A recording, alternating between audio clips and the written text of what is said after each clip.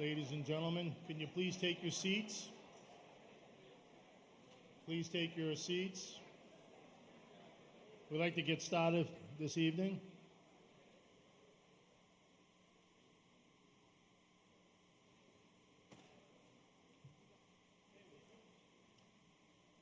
Please take your seats. Please remember to spread apart, spread out, wear masks if it's optional. There are masks available, hand sanitizing lotion available. You can have water if you taken it with you, you brought it with you. There'll be water at the break. Water will be supplied at the break also.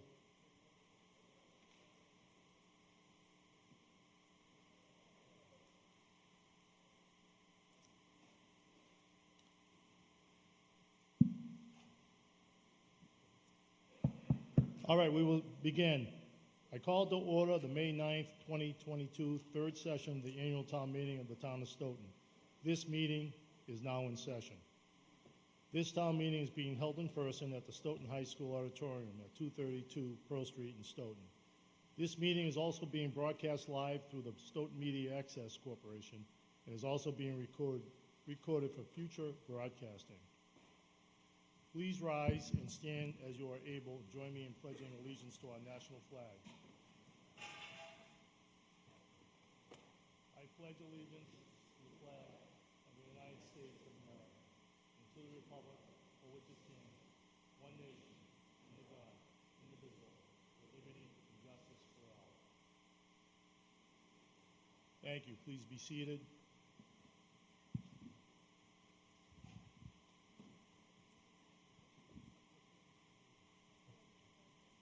Before we take the precinct counts, I would like to introduce Deborah Roberts, Chair of the Stoughton Select Board, for a special message. Yes, the proclamation.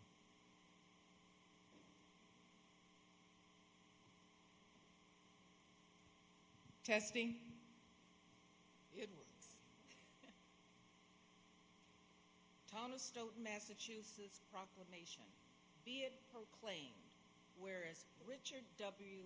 Fitzgerald was born and raised in Stoughton and graduated from Stoughton High School in 1970, and whereas Richard Fitzgerald served as a member of the Select Board from 1994 to 2000, and whereas Richard Fitzgerald served as chairman of the Facilities Master Plan Committee from 2000 to 2005, and whereas Richard Fitzgerald was a member of the High School Building Committee, whereas Richard Fitzgerald is a long-time town meeting representative from Precinct 3 and chairman of Precinct 3 Committee, and whereas Richard Fitzgerald served as deputy moderator for the town as well as a member of the Charter Review Committee.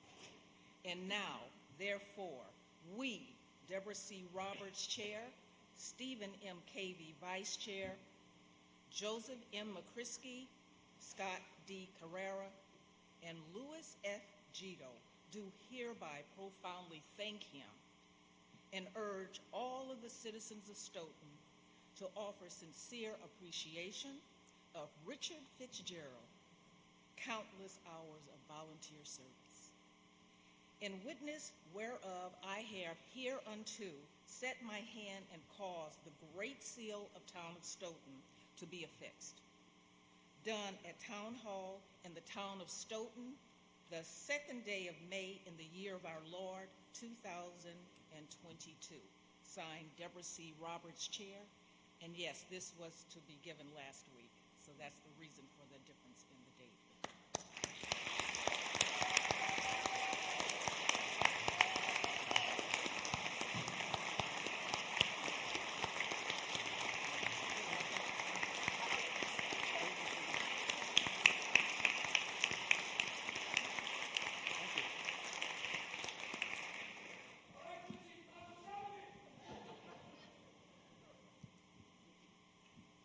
Next, I would like to introduce our State Senator Walter Timblety and our State Representative Ted Phillips for another special proclamation.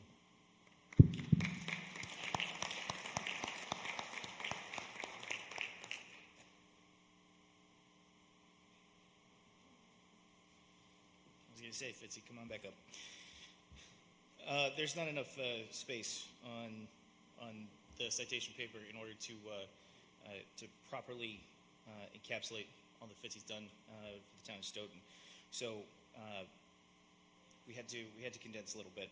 But our citation reads, be it hereby known to all that the Massachusetts House of Representatives offers its sincerest congratulations to Richard Fitzgerald in recognition of your invaluable service and commitment to the town and people of Stoughton. The entire membership extends its very best wishes and expresses the hope for future good fortune and continued success in all endeavors. Given this 9th day of May 2022 at the State House, Boston, Massachusetts, this citation is signed by Speaker of the House, Ron Mariano, and two very grateful state representatives, William C. Galvin and myself, Representative Edward R. Phillips. Congratulations.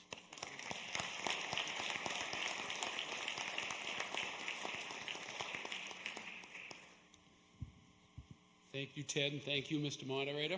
It's truly a privilege to be before you tonight to honor another great citizen of this town who's given so much. Fitzy, please come forward. Fitzy, I know you're not looking for attention. You were like Mary last week. You don't like it. You just like to serve, and you like to get the job done. Thank you. And much like this That's what we do. great town, and you've done it. And you have done it. This week I offered this citation in the State Senate honoring our friend, Fitzy Fitzgerald, in recognition of your many years of service to this great town. And of course, being a class of 1960 from Stoughton High. 70, oh, I'm sorry. Sorry. Just get it. Yeah, come on. Come on. Just kidding. I was just saying you look great. You look great. 80 never looked so good, Fitzy. But in all seriousness, Fitzy, I offered this citation this week in the State Senate honoring your many years of service to this great town. And it reads as follows. Commonwealth of Massachusetts State Senate, official citation, be it known that the Massachusetts State Senate hereby extends its congratulations to Richard Fitzgerald in recognition of your invaluable service and staunch commitment to the great people of Stoughton and this wonderful town. And be it further known that the Massachusetts State Senate extends its very best wishes for continued success, Fitzy, because we know you're not really the retiring type. Given this 9th day of May 2022, and it has been duly signed by the President of the State Senate and attested to, and a copy thereof transmitted by our clerk. It's been signed by our Senate President Karen E. Spilka, signed by our Senate Clerk Mike Hurley, and offered by myself, one very proud state senator, my friend Fitzy. So good job, Fitzy, and congrats and best wishes.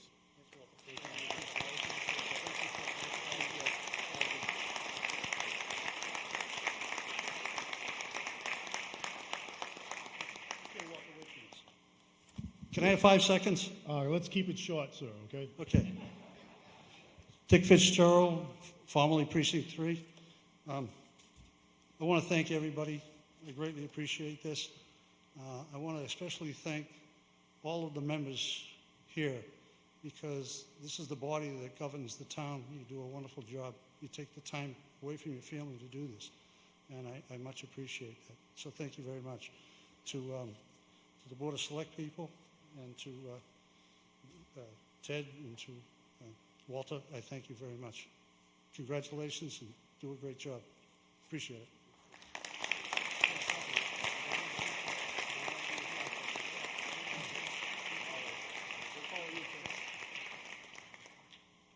Thank you, Senator, and thank you, Representative.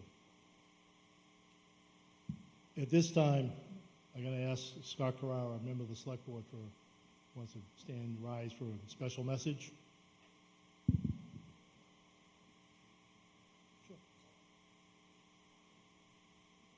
Just something real quick, something real happy.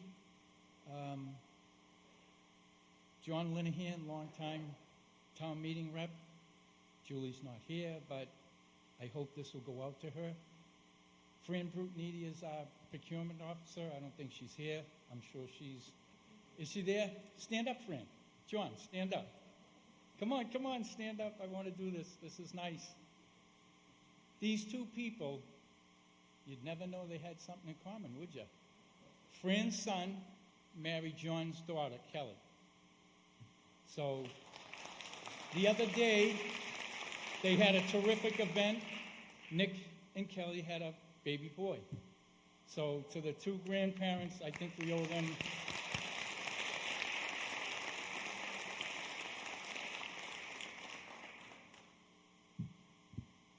All right, thank you, Scott.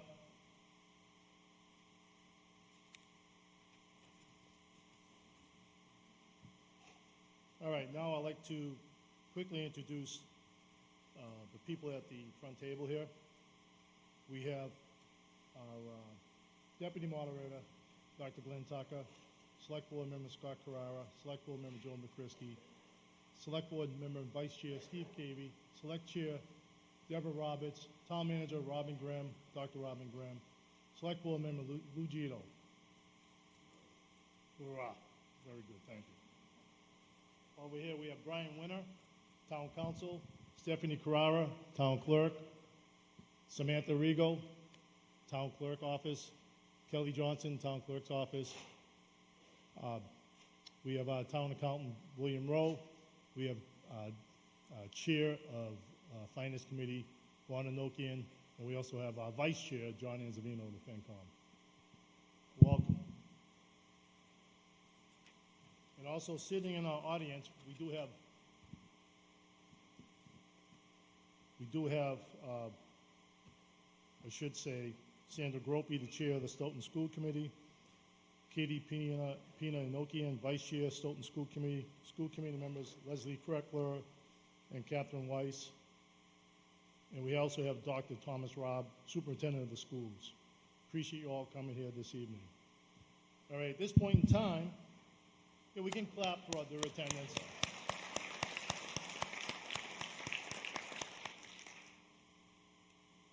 All right, at this point in time, I'm going to ask for the precinct counts. Precinct 1, Juan Fox. You have a number for us. Precinct 1, 13 members.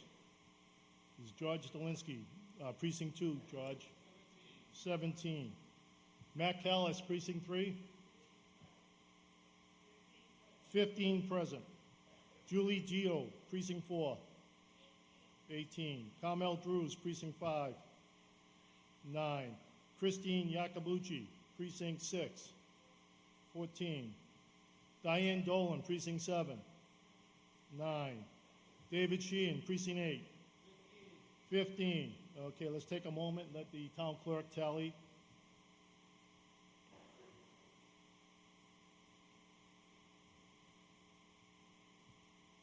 All right, we have 110 town meeting representatives present.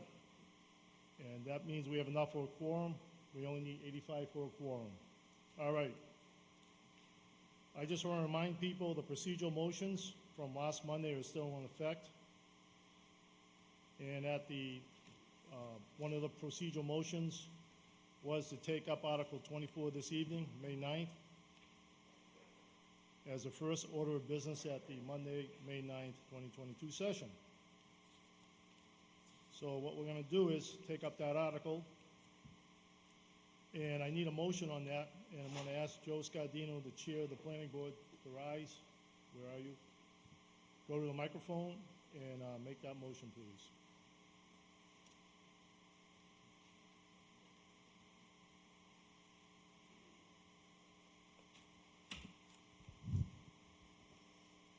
Mr. Moderator, members of town meeting, I propose that the town approve Article 24 as shown in a document entitled Stoughton Center District on file with the town clerk. All right, is there a second? Who seconded that? I just need a name. Carolyn Campbell made the second. All right, this time I need to ask for Intergovernmental Relations Committee report. Is Agavan Shoemaker present?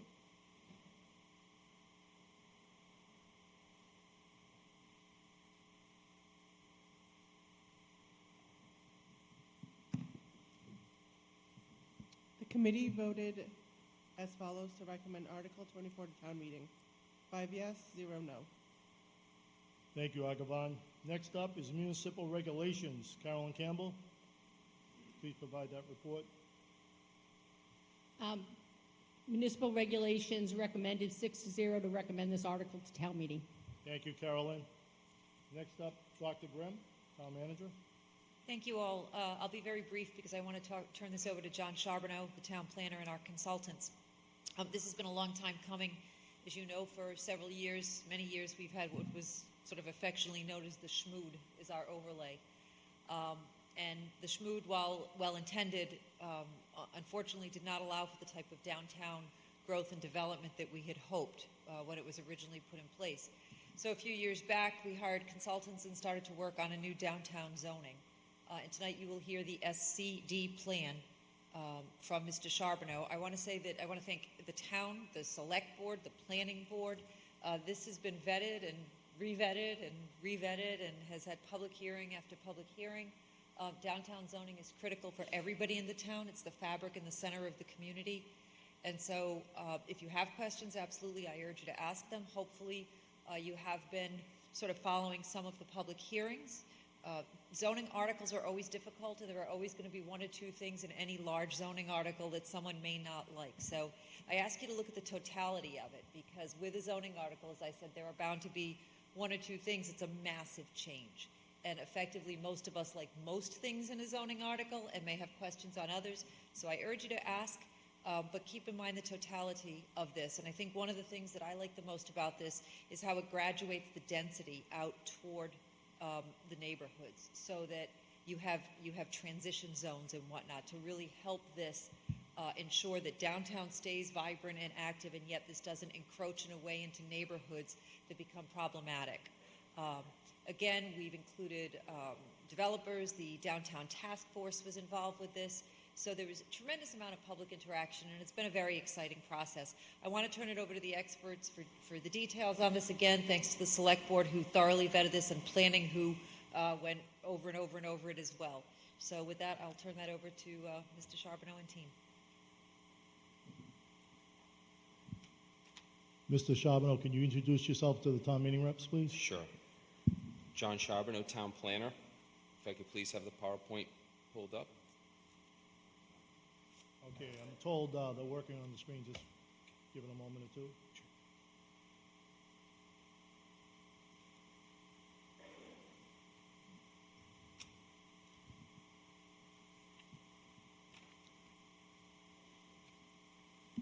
While I have you a moment, I just like to remind everybody, at the end of the evening, please police the area around you. If you left water bottles or candy wrappers, please take them with you. So like the movie theater, take everything with you. There's waste barrels outside in the cafeteria. You can throw those items away. All right, appreciate that. That helps out the custodians a little bit.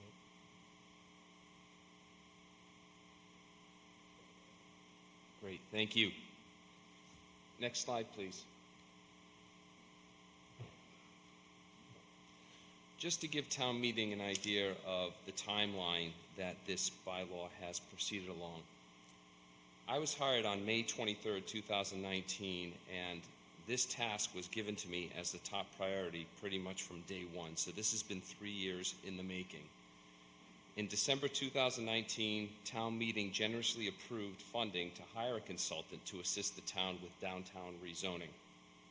In February, representatives from Horsley Witten was the firm that was hired and selected unanimously by the search committee to assist the town. In March 2020, a staff working group was appointed by the town manager to begin acting as a liaison for the consultants between the boards and the consultants. In May 2020, the first meeting between the working group and the consultants was held. And if you remember, in late March of 2020 was when the COVID restrictions were first put in place, so that delayed things a little bit as people got organized and figured out how to handle meetings during the pandemic. Between May and July 2020, the working group, the Downtown Task Force, and the Planning Board worked with the consultants on creating the resident survey. In June 2020, a presentation was made to the Select Board to obtain their feedback for the survey, and in August, the survey was distributed and made available to residents. 800 responses were received, and what makes this number even more impressive is that it was done completely virtually and online. We could not leave any paper copies at the library, at the police station, or anywhere. So these surveys were sent directly to town meeting members. They were put on the town manager's Facebook page. Anywhere we could send them, we did. In October 2020, work began on the draft bylaw, with the results of the survey being used as the basis for the draft bylaws, and a project update was given to the Select Board and town meeting at that time. Next slide, please. February 2021, a site walk was conducted of the downtown area with the consultants, myself, and members of the Planning Board, the Downtown Task Force, and the Redevelopment Authority. In March, a project update was given to the Select Board, and another update was given at the annual town meeting in May. In June, the first public forum was held to present the draft bylaw and receive comments. The second public forum was held in September of 2021, at which the bylaw was presented with changes that were made due to comments from the first public forum. In October, the first public hearing was held by the Planning Board, and then in November, the Select Board referred the bylaw to the Planning Board for completion, and 2 discussions were held with the Select Board. In January of this year, the second public hearing was held by the Planning Board. In February, the Downtown Task Force voted to endorse the bylaw. Then in March, the third public hearing was held by the Planning Board on March 24th, and meetings were held with the Friends of Stoughton Center and the Stoughton Redevelopment Authority. Next slide, please. The Downtown Redevelopment Task Force has held 15 public discussions on their agenda on the proposed Stoughton Center District. During this time, the Planning Board has held 25 public discussions on the proposed bylaw, not including the 3 public hearings that were referenced previously. Now, some of these were updates given by myself to the Planning Board, but many were also lengthy, substantial discussions. The Stoughton Redevelopment Authority has held 3 public discussions on the proposed bylaw. So why hasn't the bylaw worked? It's because the area consists of 4 underlying zoning districts with an overlay district on top of it with confusing, sometimes contradictory regulations. The overlay district adds complexity for developers in navigating permitting processes, which can also lead to confusion not just for developers, but for the town staff and also the planning board to interpret. Some regulations for the overlay are more restrictive than the underlying regulations, which is actually counterproductive for the purpose of an overlay district. In addition, the minimum parking requirements are too onerous and discourage development, and regulations that are too complex and too onerous discourage developers from coming in to apply or seek projects. Now, this is the one thing, I know this town is very polarized on most topics. This is pretty much the only thing in my 3 years here that I've heard everyone agree upon, is that the current zoning does not work and that residents are not satisfied with the look and the functionality of the downtown. Next slide, please. How does the new bylaw improve things? It creates a single zoning district that contains 3 sub-districts. The core, or what would be the central business district, is in orange with taller buildings, more density, limiting residential to the upper floors. The flex zone in the green allows more moderate heights and density, more uses allowed, and residential is allowed on all floors. The transition zones in the blue allow shorter buildings, less density, and limited commercial uses. As Dr. Grimm alluded to, the sub-districts were carefully created with regulations that are appropriate for the areas and to protect surrounding neighborhoods. And the boundaries of the sub-districts went through several iterations, and the site visit was vital to this. Next slide, please. So the dimensional regulations have been changed drastically. The proposed minimum lot sizes drastically reduce the number of non-conforming lots in the Stoughton Center District and provide flexibility for development. That's one thing we heard from the private sector, is the lot sizes were too large. I believe under the existing regulations, there are approximately 75 non-conforming lots in this downtown area. These new regulations would reduce that number to 15, and that would spur development, because that's one of the biggest problems, is small lots that remain undeveloped and end up being blighted. The minimum lot sizes, setbacks, all graduated from the core out to the flex and transition to complement the core and buffer surrounding neighborhoods. And the bylaw also allows various uses the town wants to encourage by right. Now, that doesn't mean a developer can walk in and automatically do it. They still need to go through a public hearing process and site plan approval with the planning board. The planning board remains the special permit granting authority for projects in the Stoughton Center District, as it has been since the downtown's inception. I did some research into this. I went back in the zoning bylaws as far as I could, and going back into the early 1970s, the planning board has been the special permit granting authority for the downtown. Next slide, please. So here's some general renderings of what the dimensions would look like. Keep in mind, these are generalized renderings. These do not take into account certain architectural features that would be part of a building, such as facade treatments, windows, things of that nature. And there's been a lot of chatter about the number of stories going from 4 to 5, but what's more relevant is the number of feet allowed, because you can fit any number of stories within a 50 or 60-foot building. It could vary. So really, we need to look at the number of feet that are being allowed. The proposed maximum height of 40 feet by right in the core only, it's not throughout the downtown, it would only be in the core subdistrict, and 55 feet by special permit compares favorably to towns like Milton, that allow 45 feet by right and 65 feet by special permit, Walpole, that allows 52 feet by right, Foxborough allows 60 feet by special permit, Northampton allows 70-foot buildings by right, and Middleborough allows 65-foot buildings by right, among others. Next slide, please. The survey results regarding building height were as follows. 34.6 supported 5-story buildings, 25.5% of respondents supported 6-story buildings. That means that 60% of people who responded to the survey supported either 5 or 6-story buildings in the downtown. Now, everyone thought 6 stories was a little bit too much, so we brought it down to 5, but what were added in are certain design elements and features and community benefits coming back to the town in order for a building to add a 5th story in the core subdistrict. The 5th story would be allowed by special permit only by the planning board, which would mean a supermajority vote of the board, 4 out of 5 instead of 3 out of 5, and stricter thresholds that are established by state law that applicants would have to meet to conform with the surrounding neighborhood and complement the surrounding neighborhood. Also, there are several community benefit options developers would have to provide back to the town in order to be eligible for a special permit. Among them are provision of additional public parking, additional affordable housing units above and beyond the 10% that would be normally required, and other public improvements such as improvements to pedestrian circulation, public parks, things of that nature. In addition, the 5th story will be required to be stepped back or set back at least 10 feet from any street frontage, as shown in the renderings. In the case of corner lots, it will have to be stepped back on both sides of the building facing the public roadway.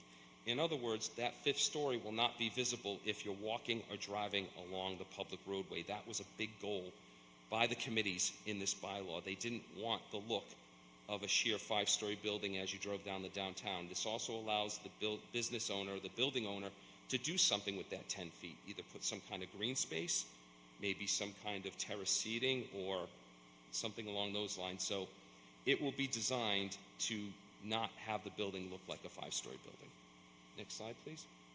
Another thing this bylaw does that the current bylaw falls short on is clearly defining how the first story of buildings should be used in the core subdistrict.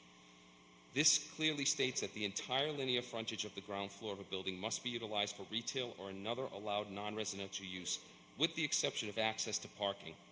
With a corner lot, 100% of the primary linear frontage of the building would need to be utilized for retail or other allowed non-residential use, and a portion of the secondary linear frontage of the building would need to be utilized for retail or other allowed non-residential use at the discretion of the special permit granting authority. The secondary frontage may also be utilized for access to parking. This is part of what contributed to the confusion for the Malcolm Parsons building, is there wasn't a consensus as far as the intent of the existing bylaw as far as how the first floor should be treated. Well, this clears it up, and so that problem would not happen in the future. Now, in the flex subdistricts, for projects that possess contiguous lots are in common ownership that contain a minimum of 100 housing units, a minimum of 25% of the primary linear frontage of the ground floor of a building must be utilized for retail or another allowed non-residential use, and the allocation of this space would be determined by the special permit granting authority. The reason being that the committees felt it was important for a building like this to provide some kind of small-scale commercial or retail that serves the immediate neighborhood, so you have kind of a neighborhood business feel. Next slide, please. Parking. This is also a much-discussed topic. The minimum requirements have been a hindrance to development in the downtown. In the survey conducted, 71% of respondents expressed support for the elimination of minimum parking requirements in the core subdistrict for commercial and allow property owners to solve the issue with creative solutions on a case-by-case basis. This is also one of the goals in the master plan. Land use goal L2.9 specifically calls out redoing the downtown zoning, and one of the aspects is flexible parking options.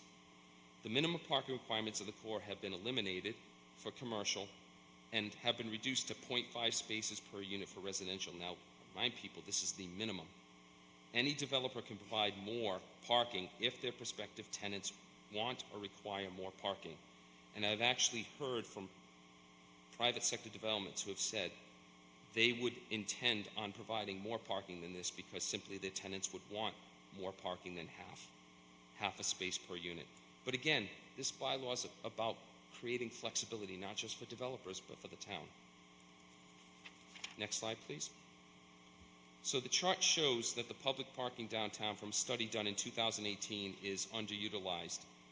The recommended action items include increased or improved parking signage and investment in improved pedestrian circulation and safety. And these are also potential community benefits for a fifth story. Next slide, please. Signage. The bylaw contains regulations for signage since the current signage regulations relate to the underlying zoning districts only. So we needed to create signage regulations for the Stoughton Center District since the underlying districts are going away. Next slide, please. So what does the bylaw accomplish? It creates a unified zoning district with more consistent regulations that encourages uses desired in the downtown by residents, such as a mix of residential and commercial buildings. It provides consistency in the regulations to encourage development and simpler permitting path for developers. It encourages pedestrian-friendly development that will support downtown businesses and take advantage of the commuter rail. It provides flexibility of options for developers and the town to work together to construct the type of development the town wants in the downtown with a design that maintains the town's character. It establishes clear guidelines for the composition of the first floor of buildings in the core subdistricts, and it allows the town to satisfy the state's draft guidelines for multifamily and mixed-use zoning as an MBTA community. Next slide. So to conclude, the bylaw represents the culmination of 2.5 years of thorough public vetting and discussion and the consensus of public feedback. The article has the support of the Planning Board, the Downtown Task Force, the Stoughton Redevelopment Authority, the Friends of Stoughton Center, the Intergovernmental Relations Committee, and the Municipal Regulations Committee, in addition to a letter you'll see in your packet from Selectwoman Roberts, totaling 30 residents, plus the 800 residents who respond to the survey. So this has been really thoroughly vetted. The value of downtown properties is depressed to the point where absentee ownership is an issue.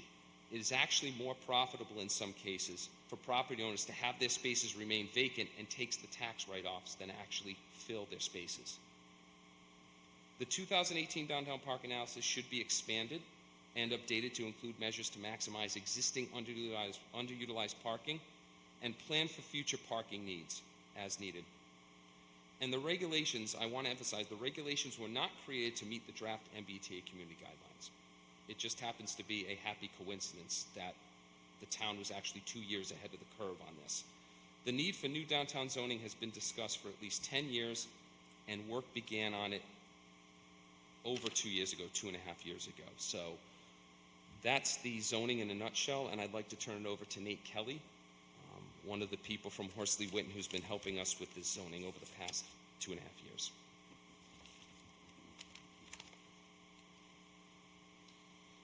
Thank you, John, and thank you, Mr. Moderator, leadership for having me here tonight, residents of Stoughton.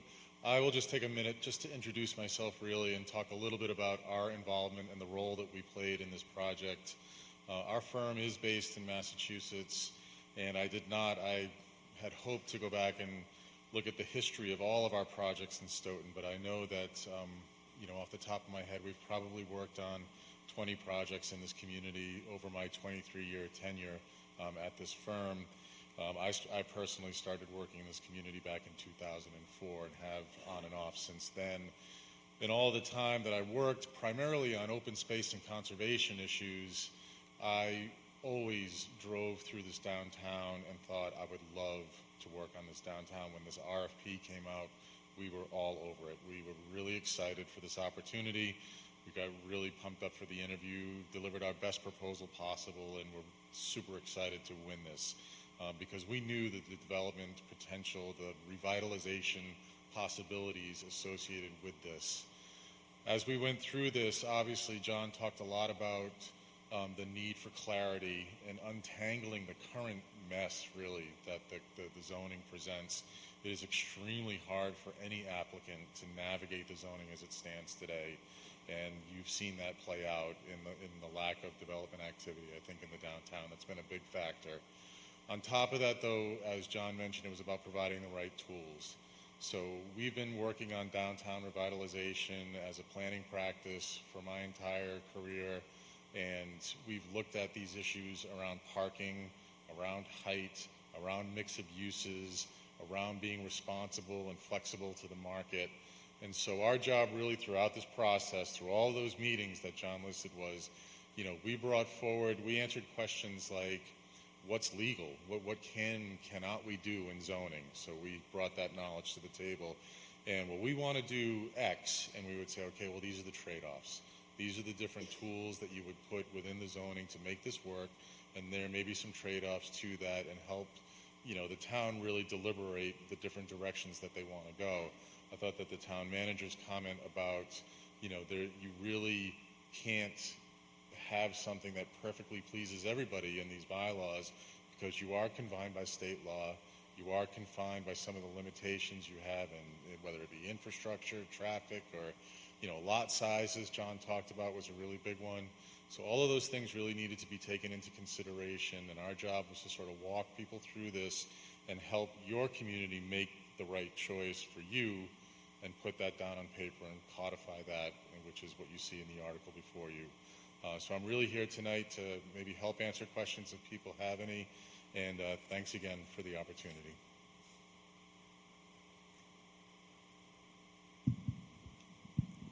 Okay, thank you very much, Mr. Kelly. All right, at this point in time, we're going to go to technical questions. Do we have anybody that has any technical questions, non-debatable questions? Mr. Coleman? And followed by Mr. Cohn. Come down to a microphone. Obviously, name, precinct number, and state your purpose for rising. Coleman, Precinct 5, through you to the fire chief. In the 5th story, would the fire department have any trouble getting to the 5th story? That's part 1, and part 2. The 5th story is supposed to be recessed. Is that a problem also for the fire department?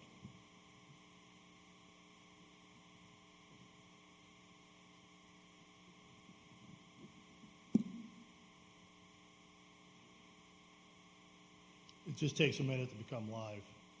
A couple seconds. You good?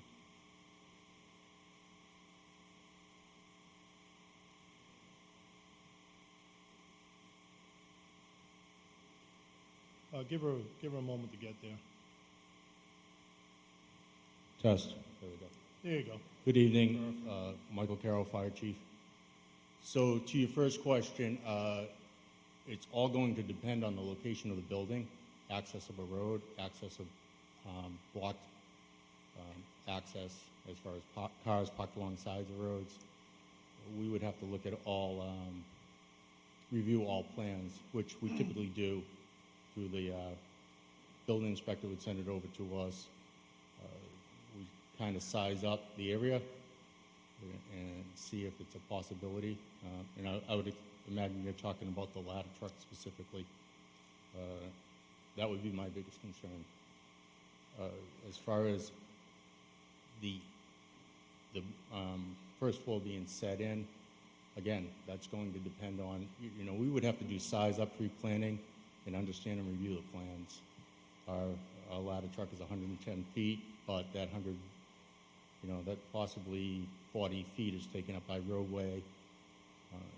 So that our ladder is able to reach right now possibly an 8-story building.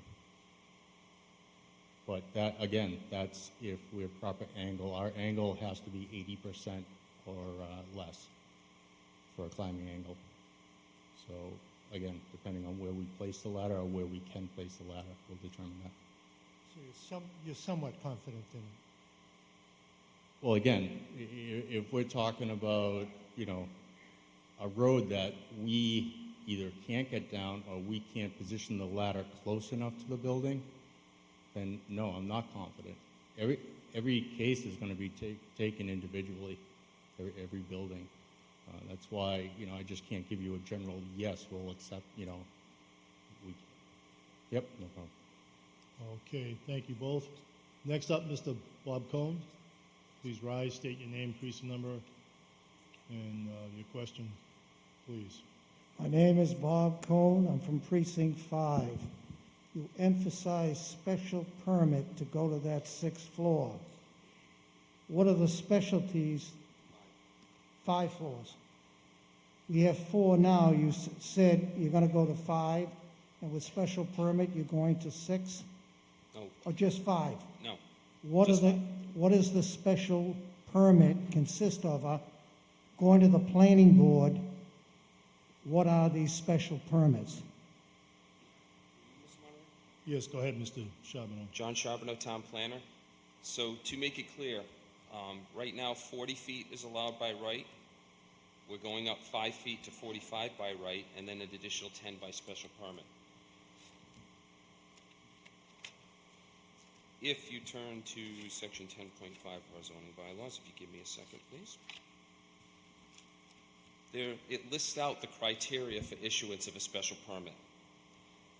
In addition to any specific factors that may be set forth in this bylaw, the determination shall include consideration of each of the following: social, economic, or community needs which are served by the proposal, traffic flow and safety, including parking and loading, adequacy of utilities and other public services, neighborhood character and social structures, impacts on the natural environment, and potential fiscal impact, including impact on town services, tax base, and employment, taking into account any proposed mitigation.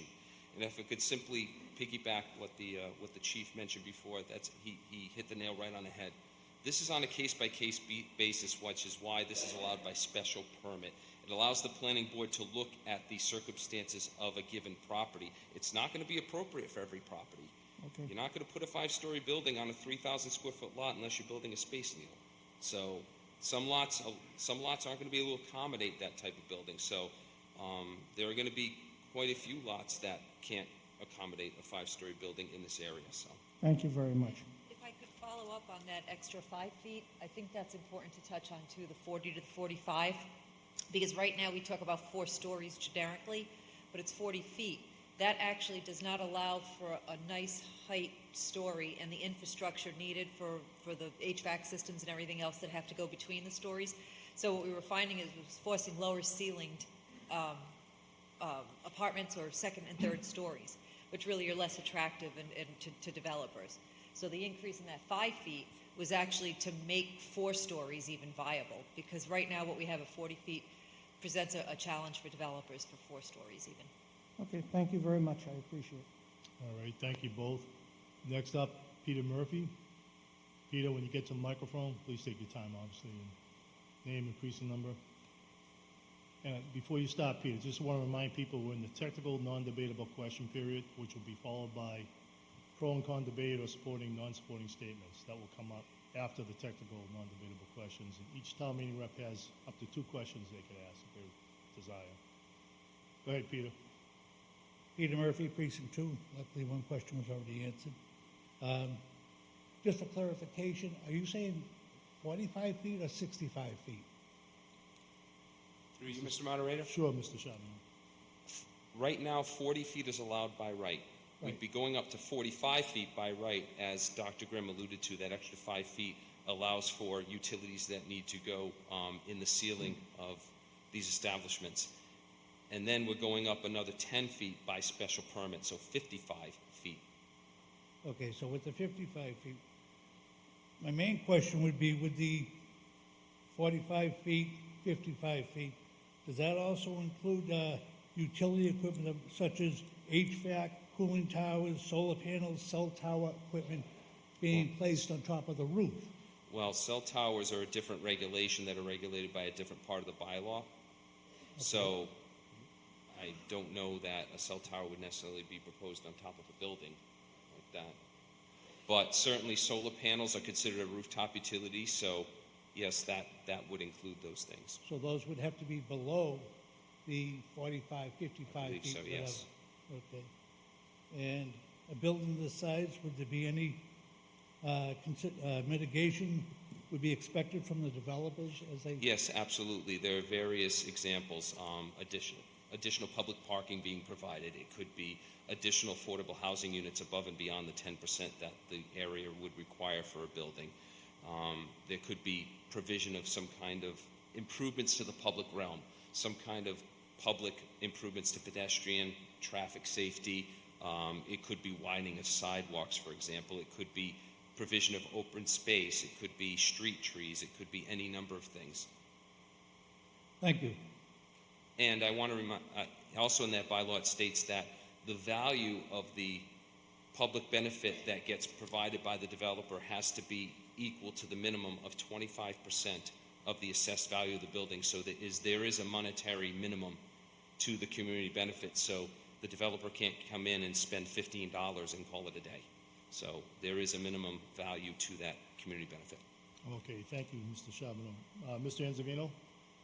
Thank you, Mr. Moderator. Through you, John Izzavino, Precinct 4.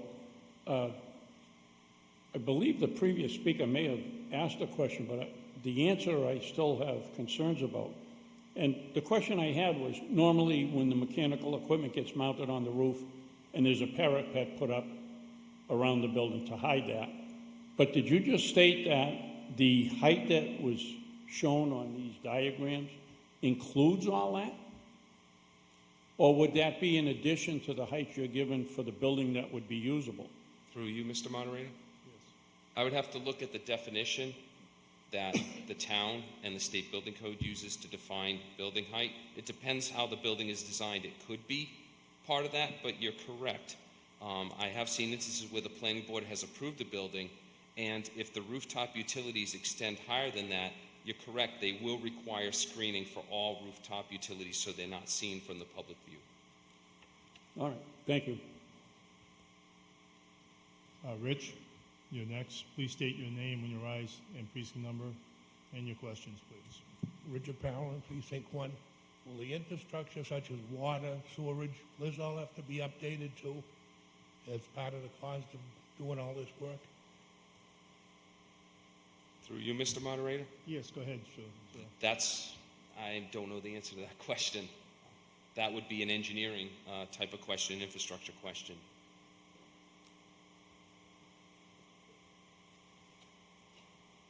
The downtown center roadways and sidewalks had all been redone already.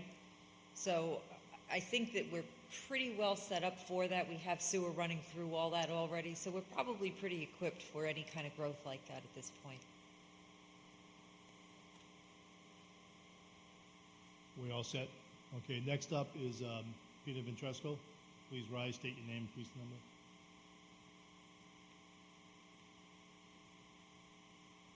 Peter Ventresco, Precinct 8. I'm going to follow up the previous gentleman about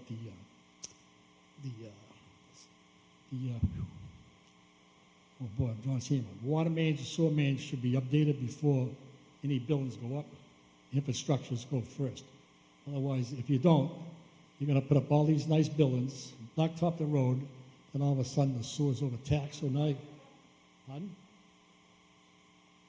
So then you got to dig up the road, and then what do you do with all the Mr. merchants? Ventresco, What? hang on a minute. Do you have a technical question? Well, I'm following up with that gentleman. Well, no. About the infrastructure. That's a very good point, but do you have a question? That is my question. Okay. I didn't hear a question, but go ahead. Well, the question is, they should do the infrastructure first, not afterwards. All right, I'll have to wait for the comment. Thank you, sir. All right, who's next? I have a couple of people here. Excuse me. Sandra Souza? Who was first? You want Janice to go? Janice, go ahead. Please state your name and precinct question, please. Janice Schneider, Precinct 6. My question has to do with parking. We have a lot of lots that are underutilized, and none of them are near these buildings. Can you explain your calculations and how you would provide parking, please?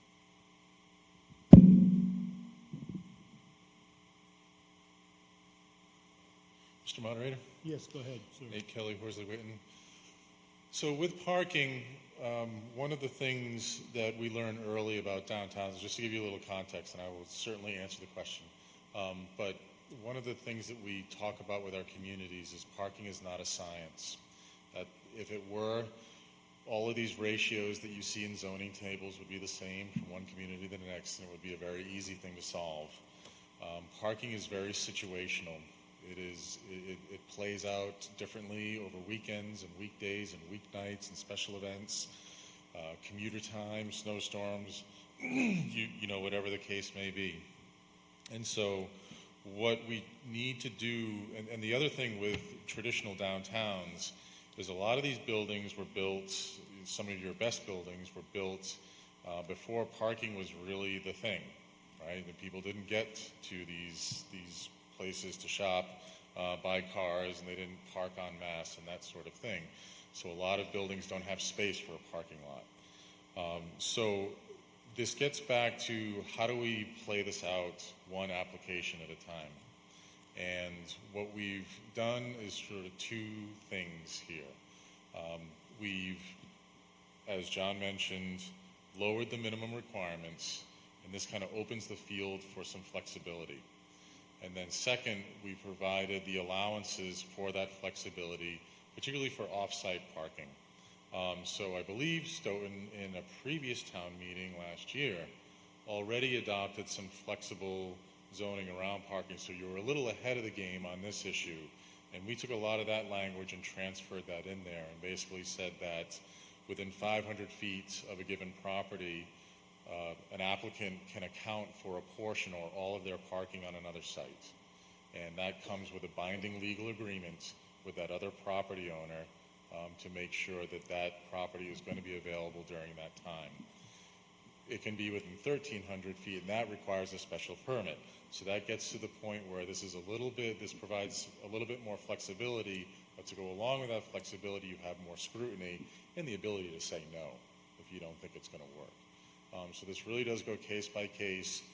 And, if you think about the other sort of thriving downtown areas that you love to go to, whether that's sort of a small place like P-Town or whether it's a place like Newburyport or a big bustling one like Portsmouth, New Hampshire, all of these places, like, very few of these properties have their own parking. And that's one of the things that makes the place great, is that you can walk really quickly from one place to the next. So in order to make that old traditional environment fit within a new zoning code, we have those reduced minimums and increased flexibility to be able to do that off-site. Are you all set, Sandra? Okay. Okay, my bad. Hello, Sandra Souza, Precinct 1. I actually have a question and then a follow-up question from Mr. Anzavinos. My question is related to parking as well. You keep talking about properties and the related parking requirements. I'm interested in more specifically the residential piece. Is the parking requirement a general, a general requirement for property development, or is there a specific requirement for the residential piece? Because that's what I'm interested in. I'm thinking about the resident who is looking for a parking spot and can't find one, in the snowstorm or this crazy weather we've had. So that's the requirement I'm looking at, and I know somebody mentioned a half a parking space, which I can't fathom. And then my second question, so I get to park half my car in this space, and I don't know about the other half.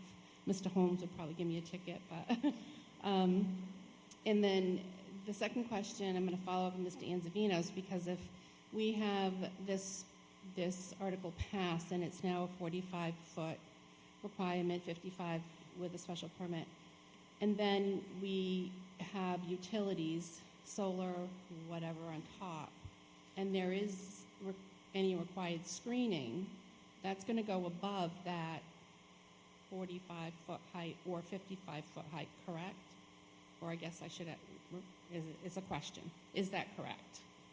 So, because I'm thinking if it's required to be 45 feet, but then you're putting solar panels or any kind of utilities, whether there's screening or not, that's going to be above the 45-foot. I'm waiting for the Okay, question to why finish. don't we let him answer the questions? I just want to make sure because Sure. Mr. Anzavino asked a follow-up, and it still is not in my mind. Mr. Charbonneau? Through you, Mr. Moderator? Sure. Yeah, you're correct that there may be instances where a rooftop utility goes a little bit above, like any building, and that would be screened so it wouldn't be visible from the street level.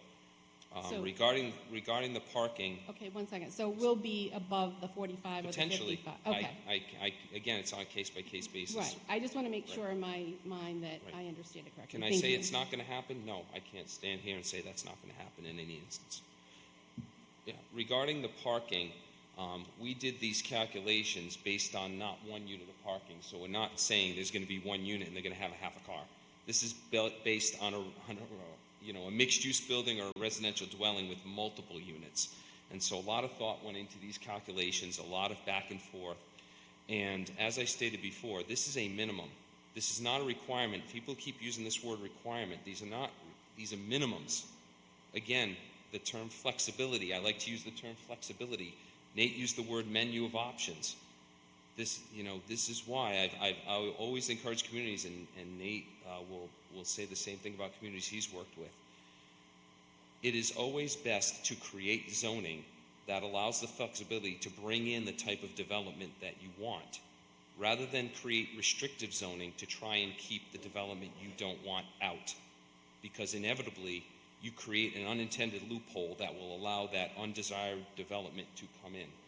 When I was in the town of Rentham, their 2.3-mile stretch of Route 1 had 7 different zoning districts, all with the stated intention of keeping junkyards out. What do you think came in? Junkyards. Because they made the dimensional regulations so strict that it made it easy for junkyards, because junkyards don't need a building. They need a little trailer. They may not even need that. So that's why, in order to allow the type of development that the town wants to come in, you have to open things up a little bit and allow that flexibility for developers to work with the town to come up with a win-win situation for the town and the developer. Okay, thank you, Mr. Charbonneau. I believe Dan Buslow, did you have a question? Did you raise your hand back there? No? Yes, I did. Okay. I'm sorry, state your name and precinct number. Ian Perlin, Precinct 2. Is there any building in the downtown that's over 45 feet currently? Or put it another way, would a building approved for 55 feet in height be taller or shorter than the town hall? I'm sorry, I couldn't hear the finish to your question. I said, if a building were approved to be 55 feet in height, would that make it taller or shorter than the town hall? Town hall? Yeah, he's asking 55 feet. Do we know how Get the tape measure high out. town hall is?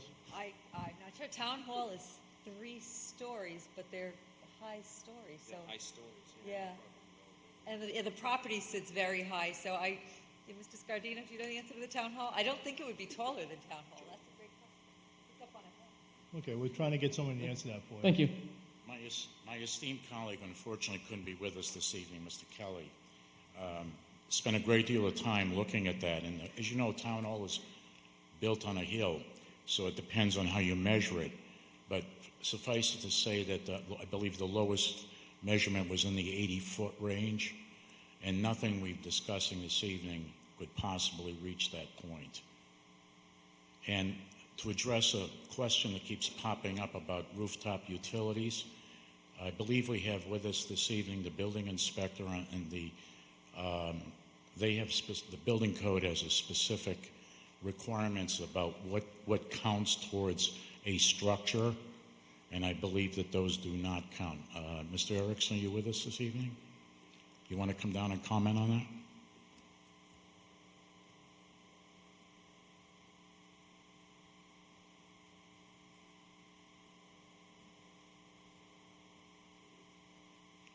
Mr. Erickson, could you introduce yourself to the town meeting reps? Jack Erickson, Building Commissioner. He's correct. So in terms of the definition, the height of the building is the height of the building. Rooftop units, anything on top is extra. it doesn't get tacked into the height of the definition of the height of the building. A parapet would, and screening around rooftop units wouldn't, if that confuses more. Okay, thank you very much. All right. Ian, did that answer your question? You good? Okay, we're moving on. Vaughn Anokian? Hi, Vaughn Anokian, Precinct 4. I believe it was said that each housing unit would have half a parking space, and I'm guessing on a fifth floor would be all residential. I have two questions on this. Did I hear correctly through you, Mr. Moderator? Did I hear correctly that the fire department said that their ability to get to the fifth floor would depend on the street parking? And the reason I ask that is because people only have half a parking spot. I'm guessing residential would at nighttime be parking on the street, which will lead to my second question. But if through you, Mr. Moderator, if we could clarify that. Sure. I asked the fire chief if you could answer that.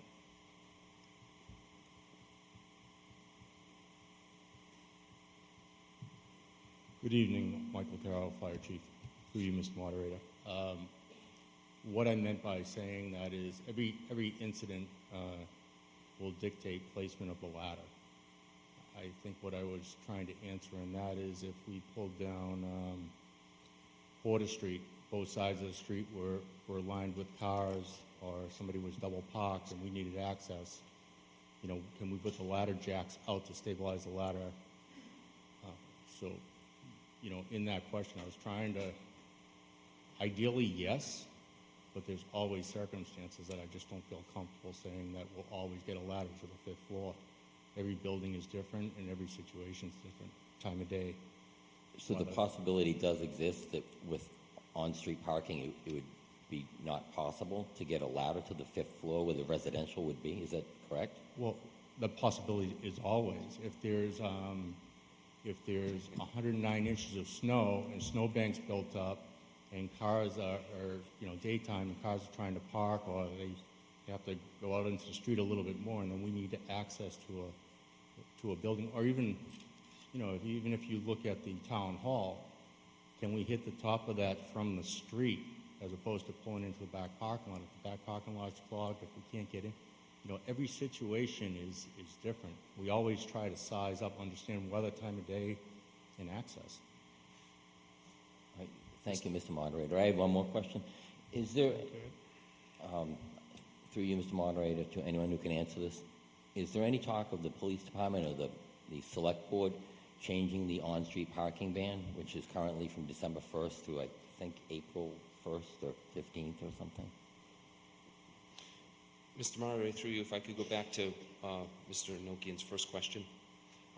For every project that comes forward for site plan approval or special permit, we have a staff internal pre-application process that every applicant goes through, where every relevant department head is invited to see a presentation by the developer on the proposed project.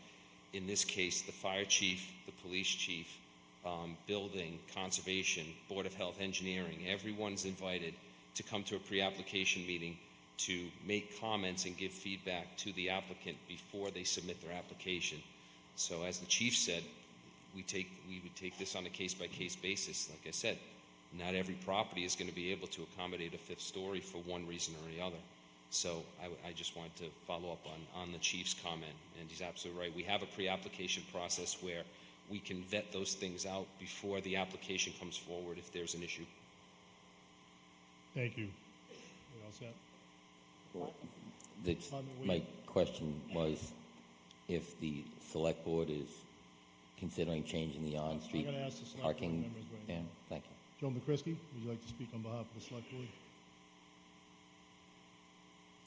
Thank you, Mr. Moderator. Through you to the previous question, we have the deputy police chief in the audience, we have the police chief in the audience, and I think they'll both reassure anybody here that I call more than anyone about the traffic issues and parking of vehicles. I've done some research through the Mass Municipal Association and do have a couple of avenues I'm going to be researching that we could go in and look for a master parking study, which will allow us to address the parking both in the winter and basically all year long. So where that goes from now, I don't know, but it is being researched, and I'd like to see if we can have something back this time next year that addresses basically overall, everywhere in town, not just downtown. We have people in neighborhoods parking 20 cars in their front lawn or on sidewalks, too close to the intersections. We have commercial vehicles in zones overnight that shouldn't be there. We have a zoning enforcement now that has been doing an excellent job of getting some of that addressed. But it's, definitely we have a need for it. The town's growing. There are homes in this town that don't even have driveways. So we have to address how we handle that. Because, in my neighborhood alone, there are about 4 homes that don't have a driveway. They don't have extra room for it, the way the houses were designed in the older days. So we've got to be careful to balance, throwing a resident under the bus, if you will, and say, well, find a parking spot. We're going to have to try to find something that works. And how we do that, again, is, I think, a bigger task than we're ready to go into tonight. So it is going to get looked at. I'm going to be able to come back with a recommendation for the board, hopefully, again, before 6 to 8 months, see how it goes, and try to put something in place where we can bring before town meeting for a vote. Thank you, Mr. McCrisky. I believe Nate Kelly, did you want to? Yes, thank you, Mr. Moderator. Just one point of emphasis on the bonus height, the 55 feet. Buildings, in order to be approved, to be considered for approval for that height, those are only in the core district. So when you look at that map and you see that core district right along sort of the central spine of downtown, those are the only places where you could achieve that 55 feet. So as those streets get tighter and pushed back towards the residential area, you can't get that 55-foot bonus back there. You're not even eligible. Just wanted to clarify that.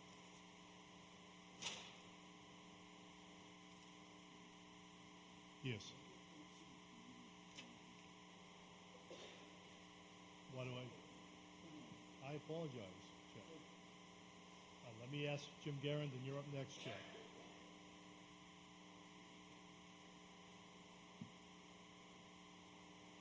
Mr. Guerin, could you state your name and precinct number, please? No, excuse me, you're out of order. Let's be nice. But, okay, good point. I didn't see you there. I'm looking in the audience, and even though you're right in front of me. Okay, Mr. Guerin, please. Thank you, Mr. Moderator. Jim Guerin, Precinct 6.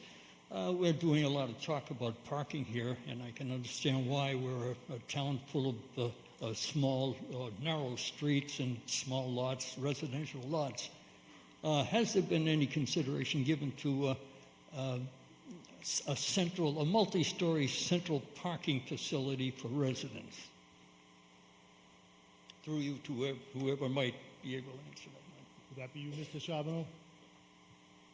Through you, Mr. Moderator, that certainly came up as part of the discussion during the development of this bylaw, and that certainly remains a possibility if the town chooses to pursue that or a developer chooses to pursue that in the future. It is a possibility.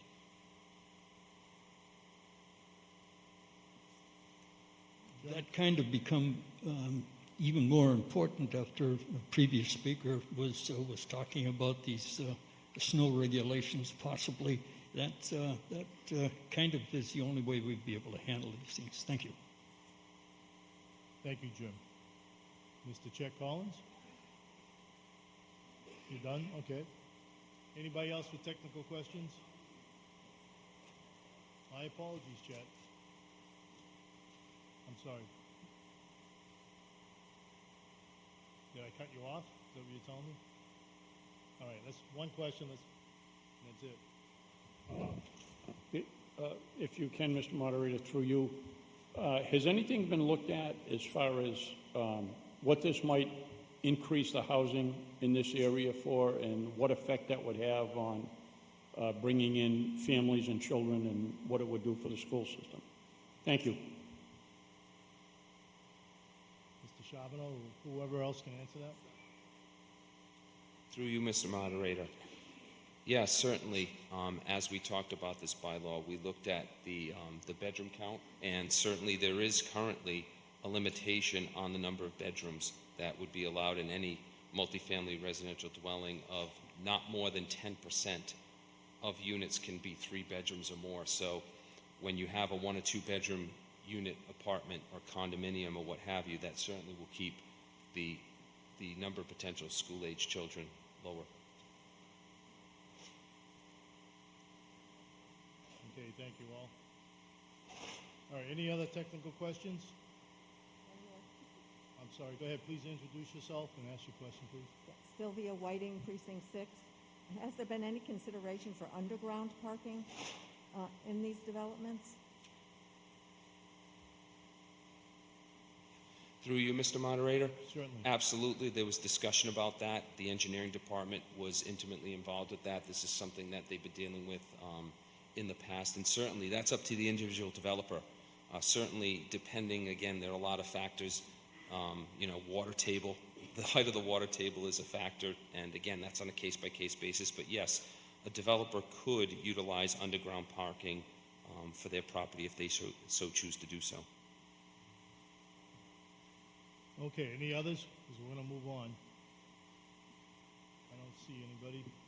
Okay, we're going to move into the pro-con debate, supporting or non-supporting statements. Each speaker will have up to 3 minutes.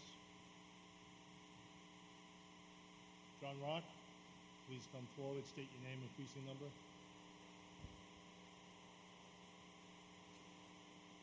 Hello, John Rock, Precinct 3.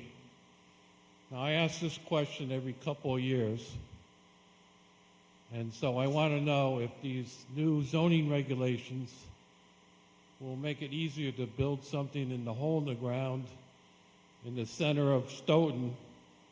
It's only taken 10 to 15 years to resolve. So, will that speed up the process? Is that a question? Yes. Will it speed up the process? Well, we moved on, but I'll let you have your question, okay? Well, I want to hear the answer, and then I can All right. do a comment. Through you, Mr. Moderator, the project for the hole in the ground has been permitted by the planning board months ago, and from what I understand, he has applied for a foundation permit. He has his foundation permit in hand. So construction is going to begin on that building soon. And is it going to take less than 5 that years? building was permitted under the current zoning, so this new zoning would not impact that development. They already Okay. have their approval. But if the new zoning prevents situations from like that from Yes. happening, Yes. then I'm all for it. All right, And thank you. I think Thank that's, you. to Mr. Rock, and I do think that's the point. There had been modifications, small zoning modifications up to this point because of that particular project and the fact that the current zoning is so restrictive. So to your point, yes, that's exactly what the goal of this is. All right, next up is Peter Banis. Now we're in the pro-con debate, supporting and non-supporting statements. Good evening, everybody. I'm happy to make my statement, and people that know me know I have a tendency to make a short story long. I have 3 minutes. I think I can do it. So I feel like a combination of Howard Hanson with some history and Mr. Ventrisco with other situations in the town. My name is Peter Banis, Precinct 2, Town Meeting Rep. I would like to express my thoughts on Article 24. I want to thank John Charbonneau and the Planning Board for presenting this article to try to do something about the downtown we've been discussing for so many years. We had 10 years that the hole in the ground was there, and it was interesting. I do have a little background here, but it ties right into my statement. I think you'll probably enjoy it, too. As a lifelong resident of Stoughton and a proud Lithuanian, I would like to review the times have changed in Stoughton. My parents were born here, Lithuanians. My mom served on the board of the Stoughton Lithuanian Club, which was on Morton Street. The ethnic population of that time was a large Lithuanian population. The fact is that populations do shift. The Portuguese population became the next ethnic population to become active in Stoughton and are still obviously extremely active in this town. The American dream was to work hard, buy a house, live in a neighborhood. That is what the Lithos and the Portuguese did. This Sunday, the Boston Globe had an article reviewing the fact that suburban communities such as Stoughton, Randolph, and Brockton are very popular for Boston people to reach for the American dream. We are now in a situation to consider Article 24 to help support the serious affordable housing issue in Boston. The Sunday Globe article goes on to mention the appeal of single-family homes, neighborhoods, parks, recreation availability, and family life. Article 24 addresses a concept that challenges the future of Stoughton and the taxpayers. As we can see, we've been discussing this for a long time here today. Mr. Gito sent out information to all the town meeting members, and the major factors, including Article 24, you might have got a kick out of his mentioning about riding around in Southie looking for a parking spot. 4 to 5 story buildings benefit, or do 4 to 5 story buildings, do they benefit Stoughton? I don't think so, but that's the choice we're going to make tonight. Right? People are looking for single-family homes. People are looking for the American dream. I would encourage all to disapprove the article as written. What they've gone to try to do something, you have to compliment Mr. Charbonneau, the board, the planning board, and everyone for trying to improve the situation. And the hole in the ground, I guess, is going to be taken care of. So I would encourage everyone to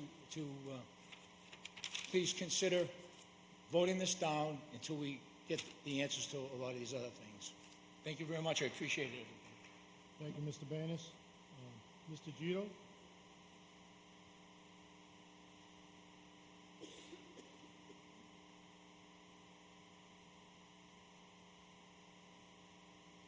Please state your name, precinct number, and the reason why you rise.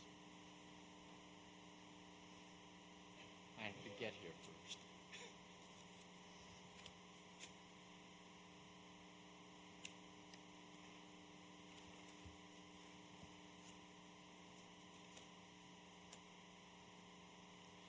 The reason I'm wearing this mask is there's a whole lot of people that might be coming up here.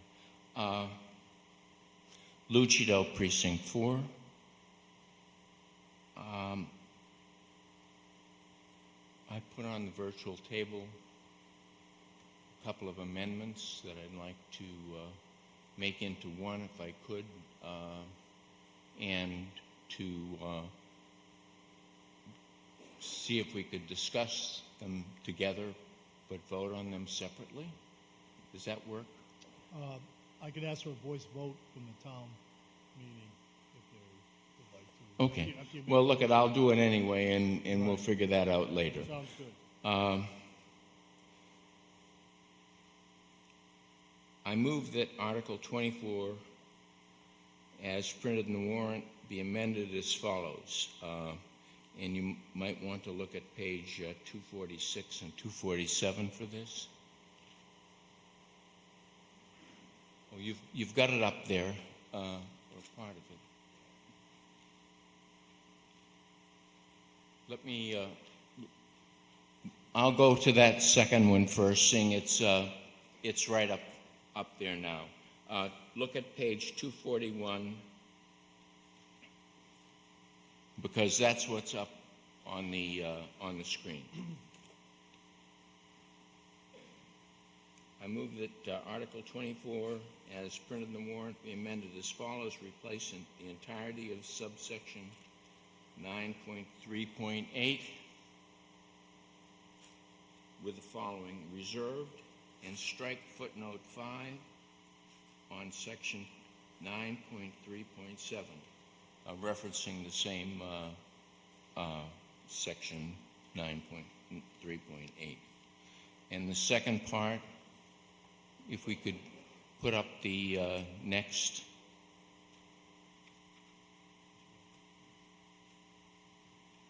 We're not. There you go. No?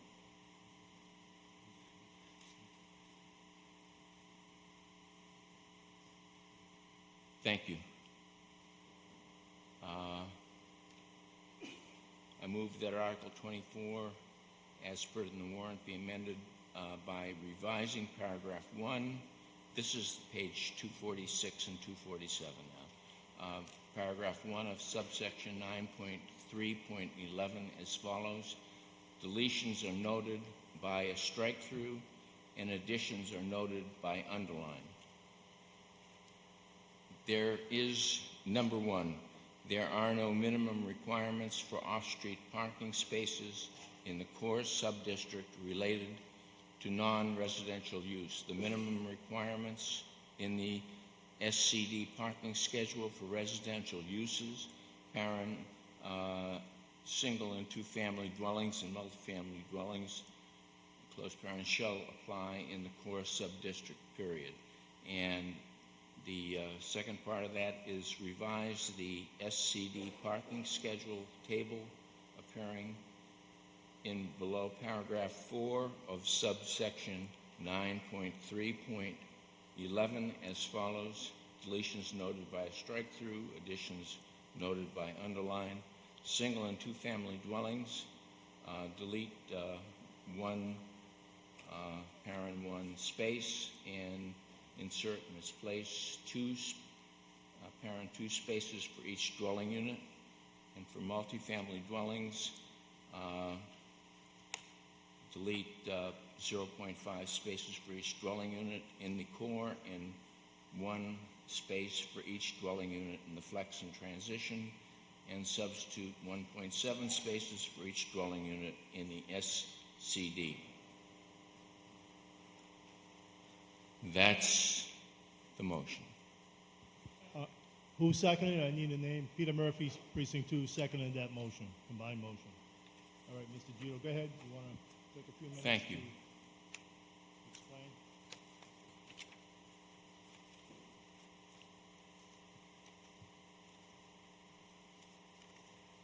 Let me start off by saying that I appreciate the work that the Planning Board has done. I think that the article is a good article. I think that it needs some changes. I've proposed the changes to the parking and to the height. And I've done that, I guess, for a couple reasons. One is that I know that that has been sort of an issue. If you don't have an amendment on the floor, you can't deal with that issue. You just talk about it. So this is an opportunity to make a decision on those two items. That's what we're here for. It's unfortunate. We've got a 70-page article. Most people don't know about zoning. But the questions that I'm putting forward are not really difficult.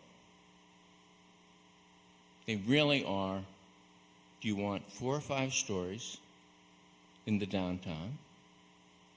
And do you want to have enough parking to satisfy the development that's going to occur down there?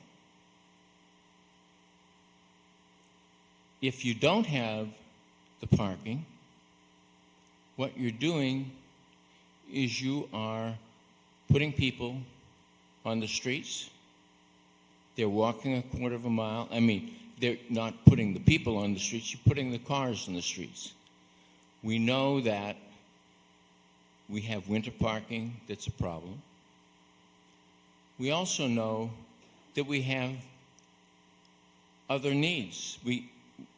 We're looking at property on Walnut Street where there are traffic issues.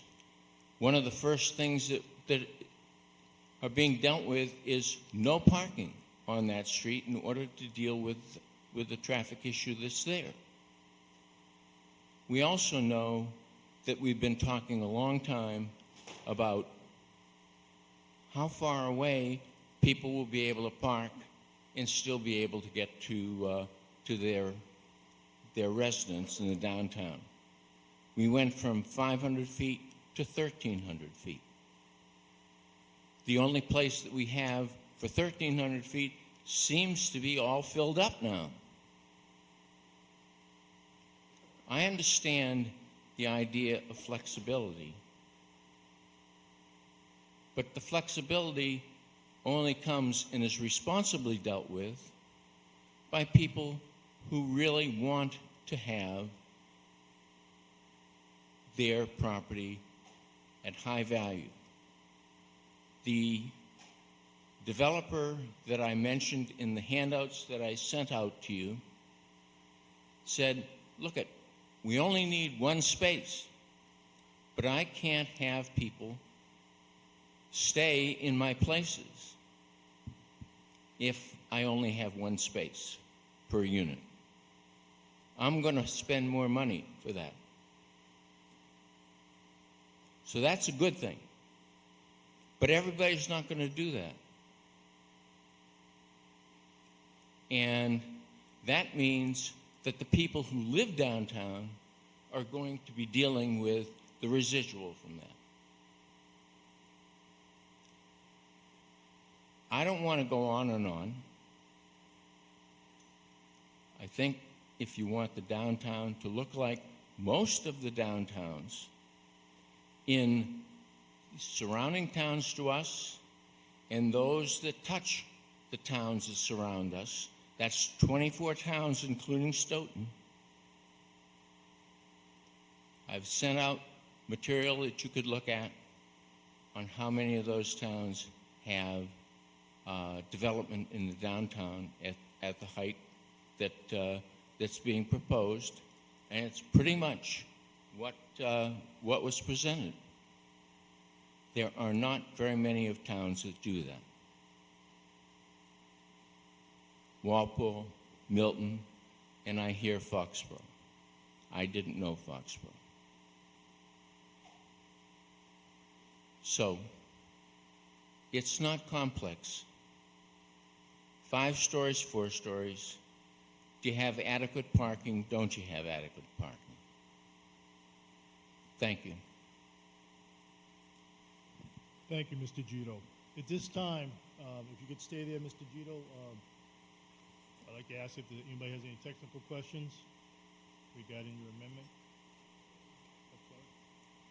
I'm sorry, Sandra Souza? Thank you for helping me. There is. Sandra Souza, Precinct 1. Mr. Gito, in your amendment, going from getting rid of the 5-story option, staying with 4 stories, would that still allow this this Article 24 to go from 40 feet to 45 feet? Yes, it would. Okay. I mean, that the only thing that occurs is not allowing that By special permit. Right. Going to 5 stories So, by special and I permit. think, very honestly, 45 feet is important. Mm-hmm. We should make sure that we have commercial buildings that allow for a higher ceilings To allow for for restaurants and other things. Yes. Let me just Dr. say Grimm- again, as Dr. I Grimm think mentioned. most of the things in this zoning article are very good. And I compliment the planning board and the town planner for that. Okay, I just wanted to clarify that Okay. it would not affect that extra 5 feet for utilities to go in, as Dr. Grimm had mentioned. Thank you. Thank you, Sandra. Pat Colburn? I see anybody else? Rebecca, you're next.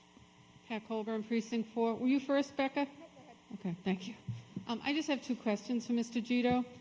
I understand that you're trying to remove the whole section for the 5th floor special permit, but what does it mean when you put the word reserved? It means that you just take out all of that other text and you put the word reserve there. All that means is you don't need to go back and read number or do anything else with the bylaw. Okay, so the reserved has no special... Reserve doesn't mean anything except it I'm not could be a renumbering. placeholder for some other time if you want to come back to this. Thank you. And I guess my other question might be for Mr. Charbonneau or the consultants, but and I could be way off base on this, but if we keep it to the 4 stories and 2 or 1.7 spaces. It seems like that's pretty much what we have now. Will this still bring in the development? Because I don't know how I feel about this yet. So what will this do? Will this eliminate development? Do we have any idea what it will do?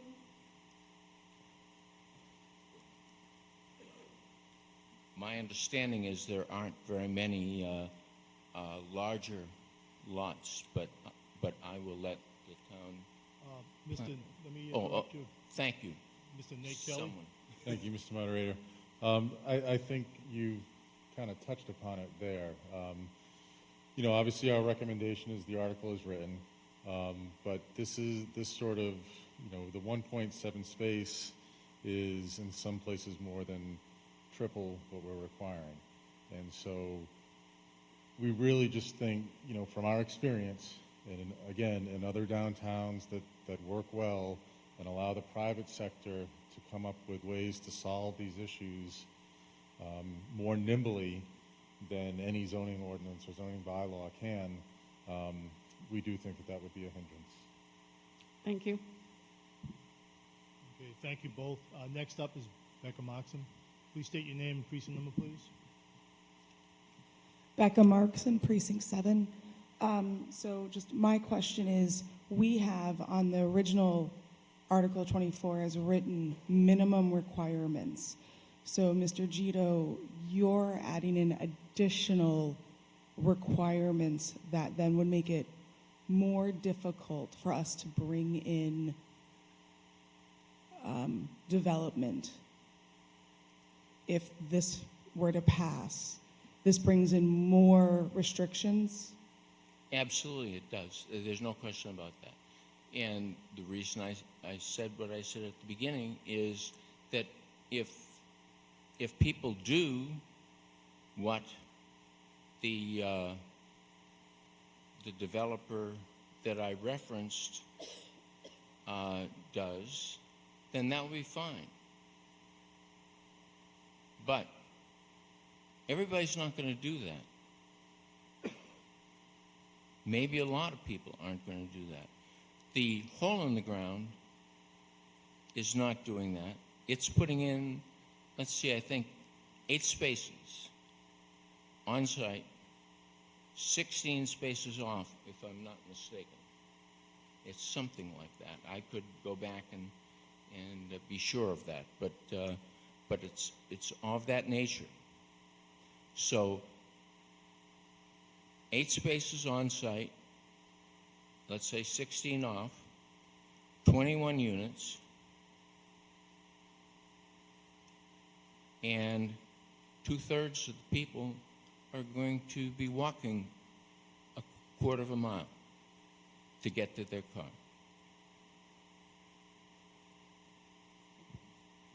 So Are you all set, Becca? you figure you're going to get some of one and some of the other. And the ones that don't do the 1.7 or something similar to that are going to have cars parked along the street where people are already living. You're going to have issues in the wintertime. You're going to have, you're just basically impacting the people who are already living there.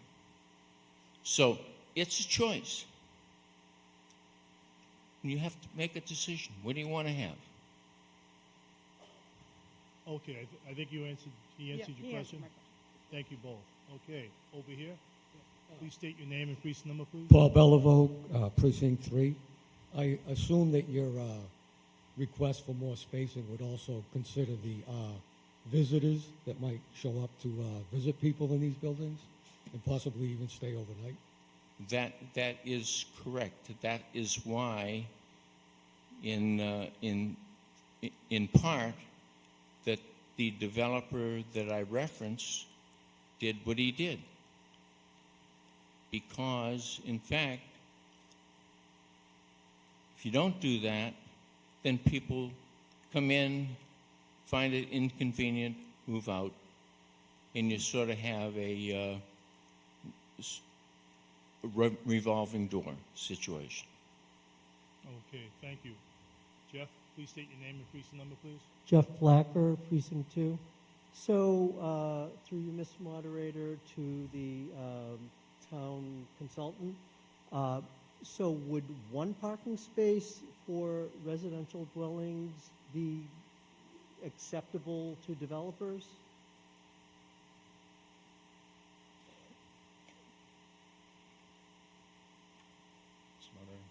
Go ahead, Mr. Kelly. It's a difficult question the way it's phrased, and I don't mean that critically. It's just, what is acceptable to the development community? The guideline that we're operating on right here is to give so think about what the developer has to go through to make all this happen. One of the things that the developer has to do is to get permitted by the town. And where we think the developer may need flexibility on particular parcels that have difficult geography, that have an existing footprint that absorbs 70–80% of the parcel, we think what we propose is the kind of flexibility that will allow the town to get out of the way. And we, in our work, we feel that there are places where the town has to step in firmly, and we feel that there are places where the town should take a step back. When it comes to parking, remember, there's another player in this scenario who is going to hold the developer accountable, and that's the bank. The bank is also going to ask, have you met your parking demand? Because maybe, getting financing is probably equal, if not, it's about as important as getting that permit. And so we've been discussing about the needs of residents. Many of these residents are going to be living a stone's throw from a train station. And so these residents are going to be seeking out places where they can commute via train, and maybe they can work from home. Think about how many people work from home now. Those folks are not going to want to own a car. That's sometimes hard for us to imagine. I've owned a car forever. I grew up in Somerset in the suburbs. I drove everywhere. And it's hard for me to imagine. I have a 19-year-old and a 14-year-old kid now. They don't want to own cars. Yes, they eventually probably will own cars, but it's going to take time. They see it as a burden. They see it as a cost. They see it as a pain in the butt, all the repairs that I have to do. So the bank is going to hold the developer accountable. The residents are going to hold the developer accountable. The preferences of references are shifting. Some will want cars, some will not. So again, we're saying the town can take a step back here and let the developer figure out. A previous speaker asked about structured parking. In these scenarios, in every successful downtown we see, parking becomes a commodity. Parking becomes something that's bought and sold, and that's a good thing. So there may come a point, a tipping point in this whole thing, 15 years from now maybe, where it becomes very economical for somebody to build some structured parking, and they could do that through a special permit in the Flex District. That's a long way away, but again, parking becomes a tradable commodity in this situation, and it's really something I think that the town steps away from. So if there's going to be pressures on people to provide more parking, like, have you seen anybody do half a space per person and have that work out? Yes, to be perfectly frank, when we showed up, we recommended 0. And we said, let's have the town step completely away, because that's what we did in Walpole, and it worked just fine. But there were concerns about that, so we upped it a little bit. And, again, this is a minimum. There's a minimum requirement to account for. If a developer comes in and looks at the program that he or she wants to build in a 3-story residential building in the Flex District, they might say, I'm going to have 12 units here. I really need 10 parking spaces to make this work. I really need 14 parking spaces to make this work. They can do that with this. But if they want to do 6 parking spaces on those 12 units, they can do that as well. Thank you. Thank you, Jeff. Carolyn Campbell, please state your name and precinct number. Thank you. Carolyn Campbell, Precinct 4. I have a couple of questions. First, as for the parking, I know there've been to parking, zoning requirements for parking. How do these proposed amendments correspond to whichever variations or iterations of our parking bylaws, the parking requirements that we've had over the last 10 or 15 years, at least since 2008? Mr. Moderator, through you. Well, I think it's Mr. Gito's amended motion first. No. Okay. Okay, did you want to answer that, Mr. Gito, first? The multifamily, single-family parking requirements are, the underlying zoning in town now are 3 parking spaces per unit for a single-family and a 2-family. And for multifamily, I believe it is 2 spaces for a 1-bedroom and 3 spaces for a 2-bedroom in the underlying zoning. I have it right here if you want me to check. No, I think we can go right to the top. Through you, Mr. Moderator, Sure. I think part of what was being asked is have the existing regulations been analyzed in comparison to the amendments being made? And the answer is no.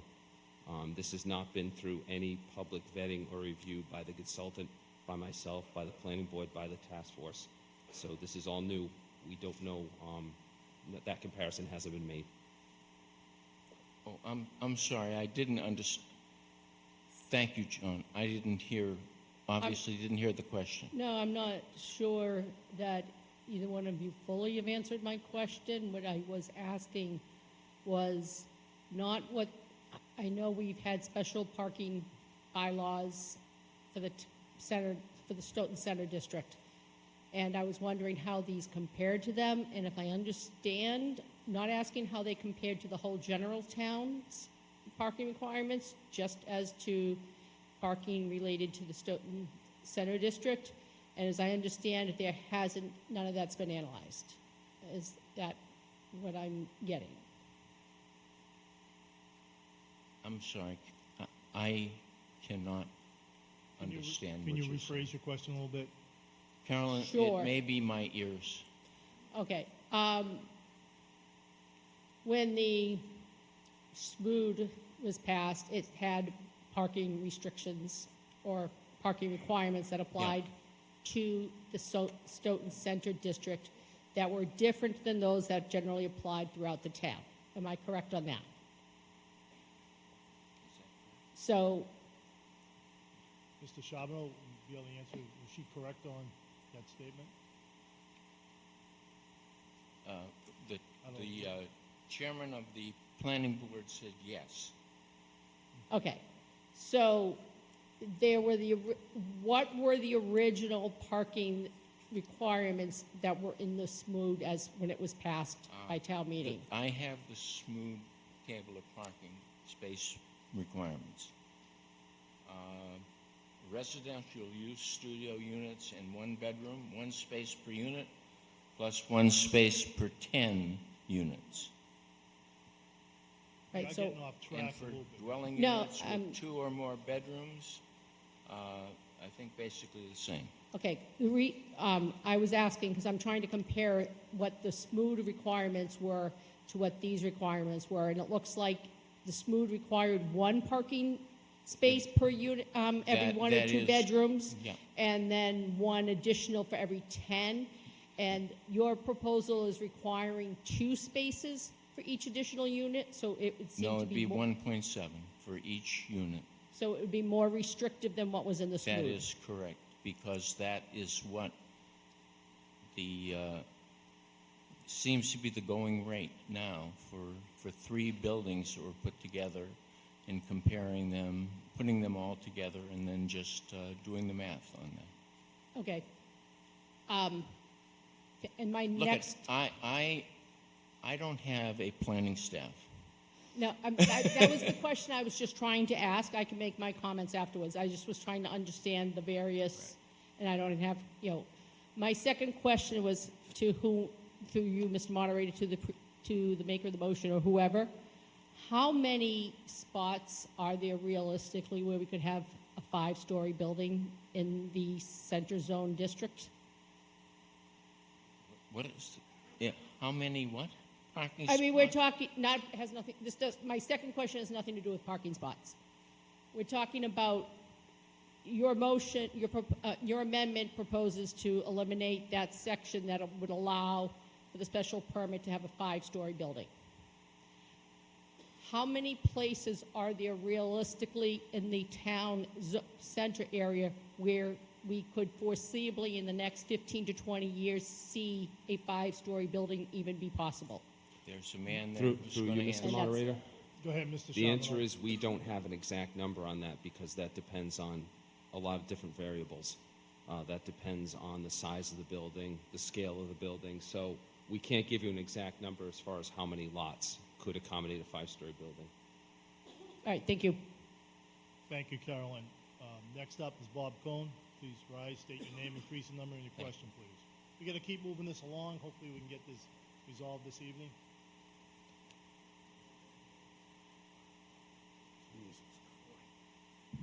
Bob Cohn, Precinct 5. You know, we look around the town of Stoughton, and I can tell you there's probably 100 parking spots that we don't even think of.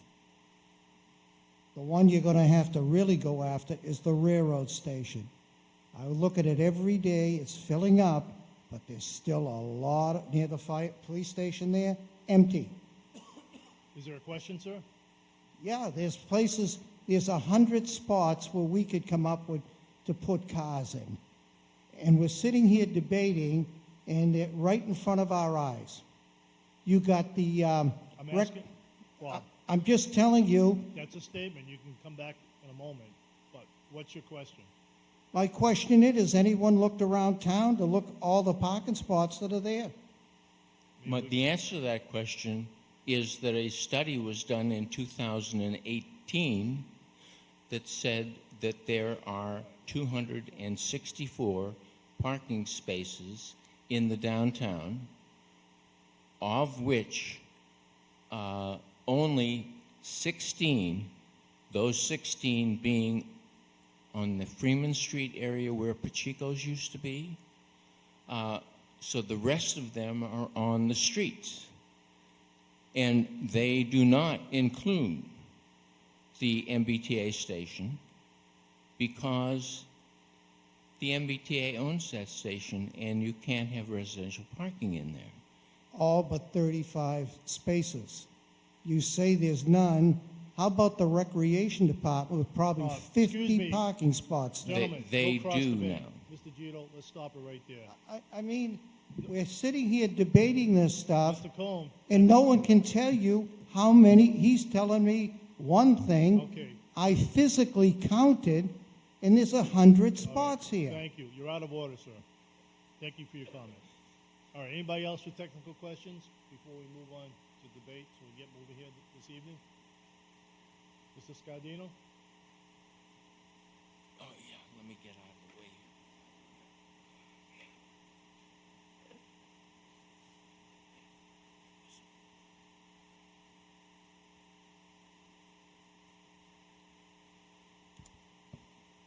I'd like to put some, first of all, Joe Scardino, Chairman of the Planning Board.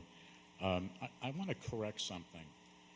First of all, the town planner, when he put the slideshow up there, talked about all the groups that have opined on this. Well, I'd like to take the credit/criticism for this bylaw. There was an awful lot of input that was made by the Redevelopment Authority, the task force,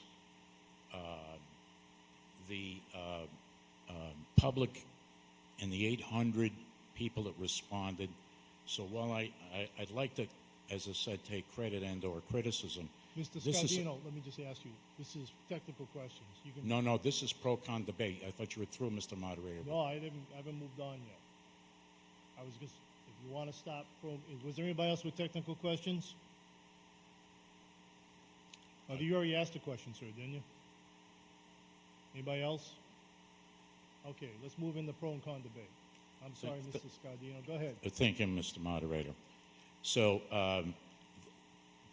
the basis of this bylaw was input of almost 1,000 people over 2.5 years. This evening, we're asked to opine on performing major surgery on this bylaw. Using the medical metaphor, I'd like to say that what Mr. Gito is asking is to cut the heart and the lungs out of the patient and expect it to survive. And so I would ask you to reflect, these are not, he tried to make it very simple, but these changes are major, and they go to the heart of some of the incentives to encourage development in the downtown. And I want to add some context to this so-called parking issue that we spent about 35 to 40 minutes on. We get a project in front of the planning board at 3 Porter Street that asked us to waive 9 parking spaces. Under this bylaw, that project would come back to us within a matter of several months for reconsideration under this bylaw. So if you're asking yourself, if I vote this tonight, will I see anything? And the answer is yes. There's a project. We did not have the ability to waive the parking. This allows it by a formula that only cuts the requirement that we have today. That's the 1-to-1 requirement to a half. You heard the consultant say they wanted to see it to go to 0. To show the amount of time, effort, and consideration we have of this body, we didn't suggest that we go to that limit. So with respect to whether you're going to see something happen, there's a project that is definitely languishing. And if you want to revitalize the downtown, as the other speakers have said, you need to offer some flexibility. Let me just say to you that this is not the wild, wild west here we're suggesting, ladies and gentlemen. There's a lot of controls on this. It's been mentioned before. We have a pre-application meeting. We'll know if we get a bumper crop of these projects. The project gets advertised once it finally comes to the planning board. The issue on the fire will be addressed at the pre-application meeting.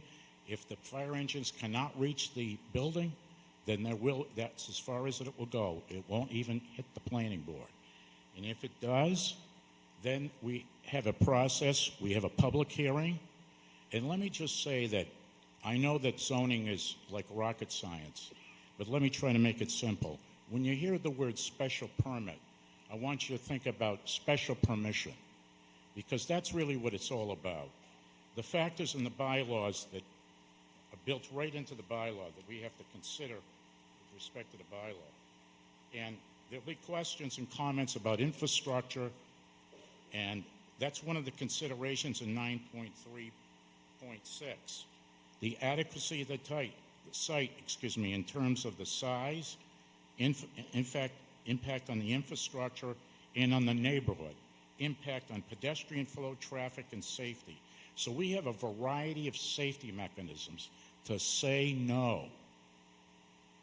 This is not, by passing this amendment, this bylaw, without any further amendment, does not indicate that you're going to see the wild, wild west in the square. As the town manager so aptly indicated at the beginning of this whole proceeding, this has been well designed and well thought out of. The density is in the core, which we know is the CBD, and then it works its way out to the ends where you get into the actual neighborhoods. So I would ask you to let this go through as it stands, let the patients survive, let's get the development, the downtown going, and please do not pass the amendments. Thank you. Okay, who's next? Dr. Grimm? If I could just follow up to Mr. Scardino's comments, a couple of questions have come up about developers and developers' input on this. I think what we're looking at is trying to go from a very restrictive overlay district to one that encourages development. And what this amendment does is takes us back even more restrictive than we originally were. We've dealt with a hole in the ground for 15 years because of restrictions. When I came on board, that building actually was going to be designed not to even be able to have a restaurant in it because of parking restrictions. We weren't going to be able to go deep enough to actually put a restaurant in. That's why we had to have those distance restrictions changed. Or else we were going to have basically little tiny mini storefronts and no real quality development. No developer is going to do that. I think what's critical in all of this, and the consultants hit on it, Horsley Witten hit on it, John Charbonneau hit on it, it's a minimum. A developer is not going to put too few parking spaces if he's not going to be able to sell his building, or she's not going to be able to sell her building. So I think it's a sort of a philosophic difference. Do we trust the market to drive it, or should we have sort of government drive it? Government has driven our schmood, and unfortunately, that's been unsuccessful. And we have a lot of little tiny storefronts in town that don't produce anything solid and strong. And we have developers who sat in on these discussions and experts who work with developers in a number of communities. And I think what's important is to look at, again, that's a minimum. And that's what's critical in all of this. We want a vibrant downtown, and then we want gradual extensions out into the more suburban parts. And that's what this does. Thank you. Okay, thank you. Anybody else? This is on the amendment. Okay, we're getting off track a little bit. A comment? Yes. John Stagnone. Then we'll go over here. Good evening. Thank you, Mr. Moderator. John Stagnone, 6 Westview Drive, former precinct member of town meeting before. As a former planning board member, when the schmood was put together quite a long time ago, I was on the board for 9 years and done a lot of these things. And I'm also the president of Friends of Stoughton Center, and we did write a letter of support for the article as it was written. I think what we've heard here tonight is that this town meeting has already voted down to 1 parking spot and was supportive of that. And now we're looking at reducing it to a half a spot, which, again, is the minimum. So if we all say we want the downtown to be improved and have investment and to change, I think we all need to get behind this, support it, let the developers build, as the town manager said, the parking that's required. I believe that we'll see that happen. Currently, we have 1 developer who is doing most of the development in the downtown. It would be nice to have other developers coming in and investing in our downtown as well. The 1 developer, as where that 1.7 is coming from, had bought a project, as we all know, that's up on Fredder's Market on Porter Street. When he purchased that project that was already pre-approved at 1 space per unit, he was able to redesign it and put some parking underneath and increase the parking to 1.7 spaces. He did that on his own because he knew that he would want more parking for his other residents. To make this successful, it did come up, and I had brought this up several years ago to the selectmen, and it was rejected, is to change the winter parking requirements, because the same developer has a project. Even with having the 2 spaces per unit in that place, plus guest parking, when the guest parking wants to stay overnight and they need somebody's parking in the street, they couldn't park. This developer, after that was turned down, went and bought another building right across the street from him, improved that building, and is now using it for flex space for his apartments across the street. So developers will do the right thing because they got to protect their investment. And as one of the consultant mentioned, the banks are also going to be looking at this as well. So I hope you would support this article as written, and thank you. Thank you. Sir, please state your name and precinct number. Thank you, Mr. Moderator. Eric Anderson, Jr., Precinct 2. I just wanted to speak as somebody who has definitely not lived in this town as long as most of you, but would like to stick around for a while. And as somebody who highly prioritizes sustainability, I would like to encourage the town meeting to think on a longer time scale than on our immediate concerns. I will certainly allow the consultant correct me if I'm wrong, but my understanding is that the future of sustainable development is towards higher density, which yes means higher buildings, and it is towards greater reliance on shared and public transportation, which means less private ownership of vehicles. I think perhaps if we were to allow the new bylaws to go forward as written, perhaps in 20, 25 years we will be given credit for having some really good foresight as to the future needs of development. So respectfully, I will be voting no on the amendments, and I look forward to supporting the new bylaws as written. Thank you, Mr. Moderator. Thank you. I think Sandra Souza was next. Okay, Carolyn Campbell, go ahead. Hi, Carolyn Campbell, Precinct 4. I'm also going to ask you to vote against the amendment and to support the bylaw as written in the warrant. I'm concerned about the parking restrictions. These parking restrictions that are being proposed in the amendment are more restrictive than what was proposed in the SMOOD, and that was one of the reasons that the SMOOD wasn't working. So I think this represents going backwards. Thank you. Thank you. We're going to go to Sandra Souza, then over to Becker. Okay? Sandra Souza? Sandra Souza, Precinct 1. I have mixed feelings on this. I really like the new plan. I have very deep concerns, however, about residential parking being a half a car per unit. You know, I would not want to have to be walking a quarter of a mile to find a spot to park my car every day when I go home from work. Even taking the commuter rail to work or working from home, I would not want to have to do that. And I would urge each one of you to think about how far it is to walk a quarter of a mile when you get home, especially on a winter evening from the grocery store, when it's cold with your groceries and having to find a spot and then walk home with your groceries. I live a quarter of a mile from Mr. Cavey, and although I walk by his house quite often, I would not want to have to schlep with my groceries in the rain or in the snow that far and have to fight for a parking spot. The more dense we develop, although it's good for Stoughton Center, it's not necessarily good when residents don't have a parking spot.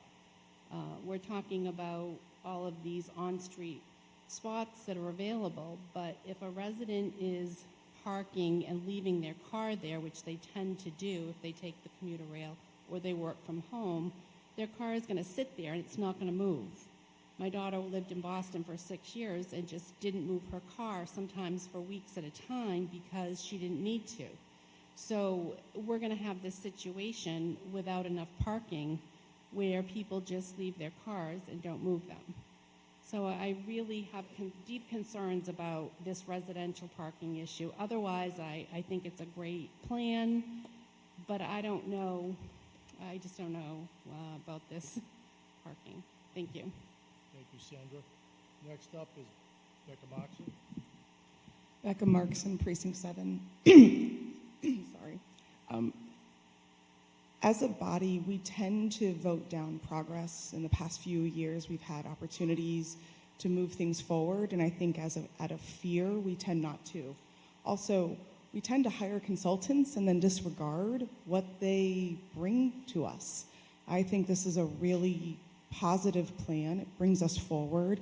Like Eric said, in 25 years, we can look back at this and be proud of what we've done. I've lived in Manhattan where I didn't have a car and I walked a quarter of a mile more with my groceries. And if people choose to move into Stoughton and they choose to live in an apartment and they choose not to have a car, it's a choice they're making, and the developers are choosing based upon the market that they know, because it's their business and it's their business to know, and it's the consultant's business to lead us in the right way. We put our trust in the people that we hire to do so. And so I am voting yes on the article as it was written and no on the amendment, and I hope you do too. Thank you. Thank you, Becca. Next up is Bob Cole, and then Dave Laurie.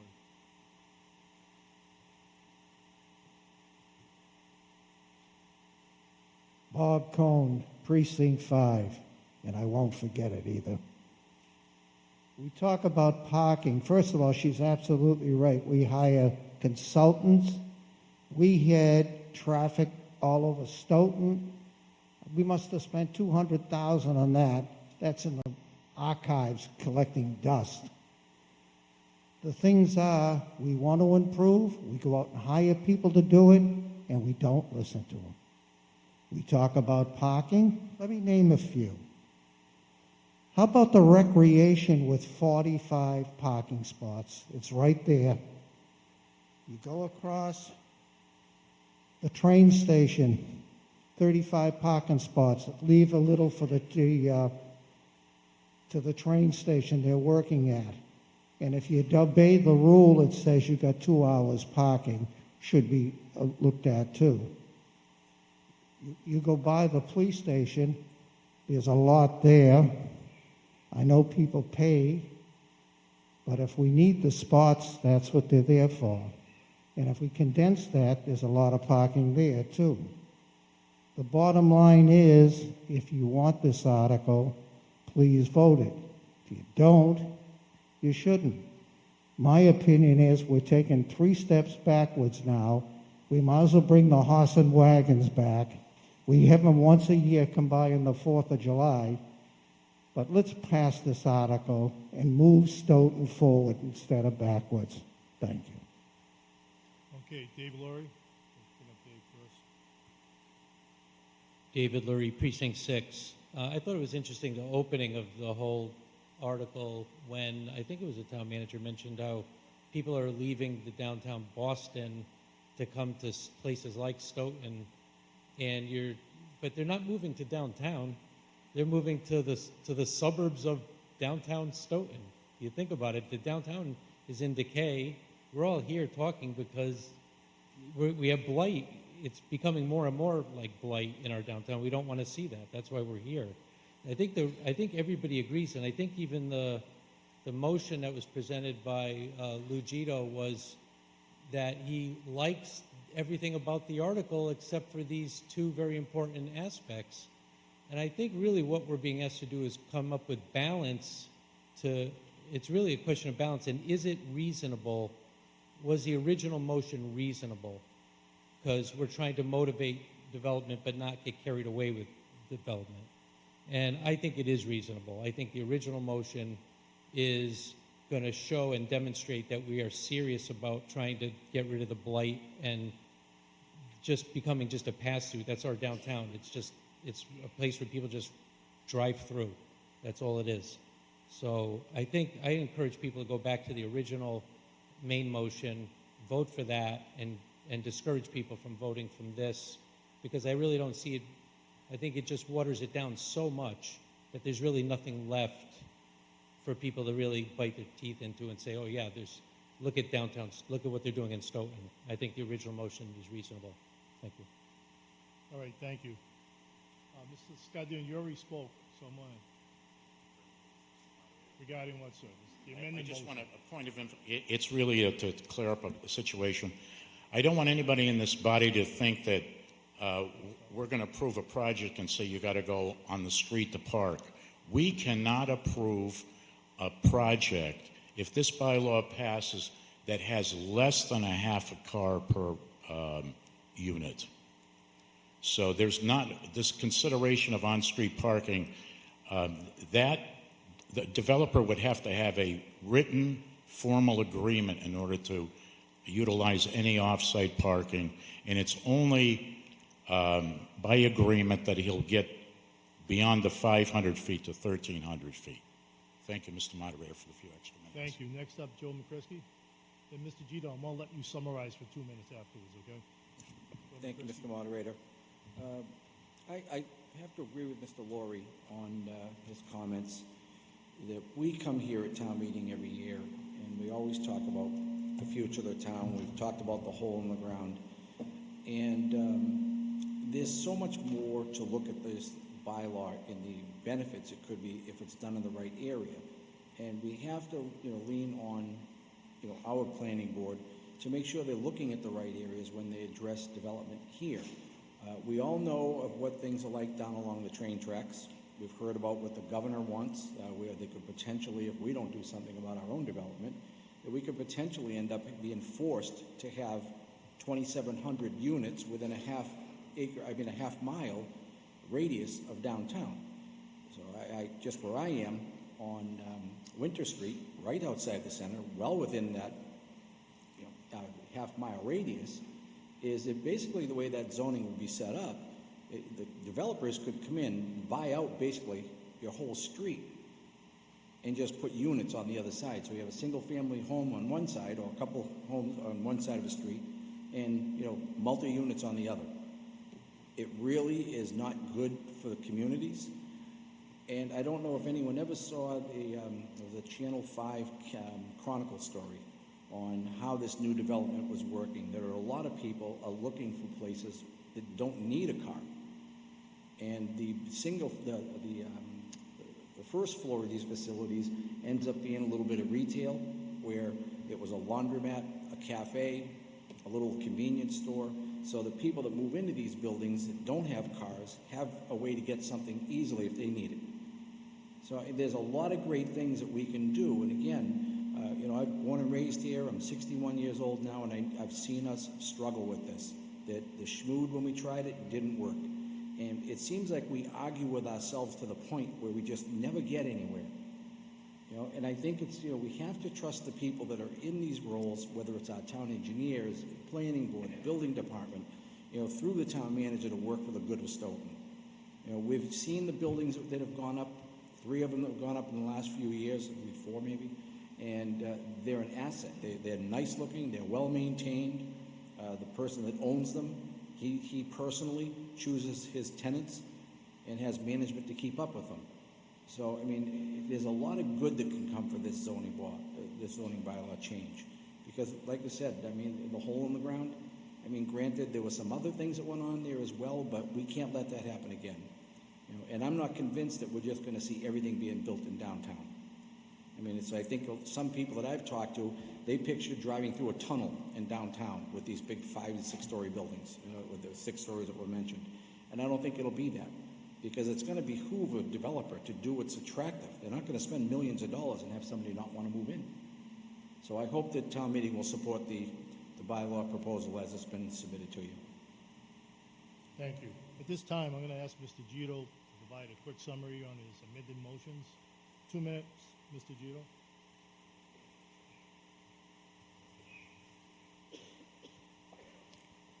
Thank you very much. As I said at the outset, in order to be able to decide on some things that are important, you had to be able to have the discussion, and you have to be able to vote on those. There's been discussion on this. And it's important now to vote the way you think you should. There are 2 different views. You've heard them. I won't repeat them. I'll save you all of that. I don't feel at all bad about putting these things forward, very honestly, because that's the reason we're here. This is a very important decision that the town is making. Thank you. Thank you, Mr. Gito. Now, at this point in time, you wanted to vote these together or separately? Okay, let's do it one at a time. Fair enough.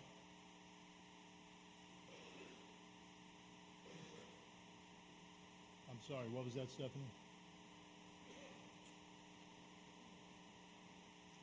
Okay.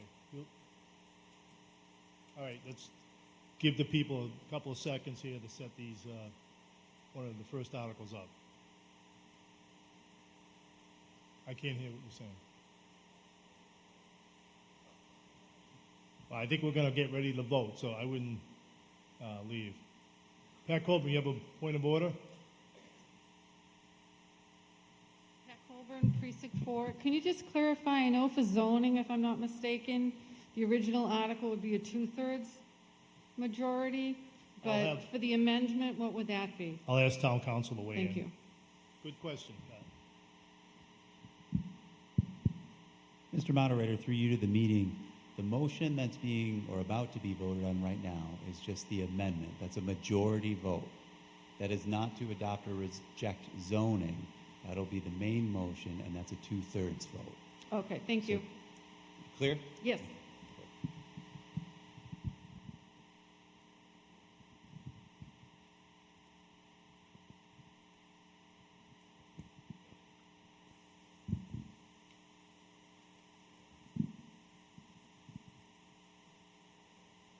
Okay, we're ready to vote on the first article.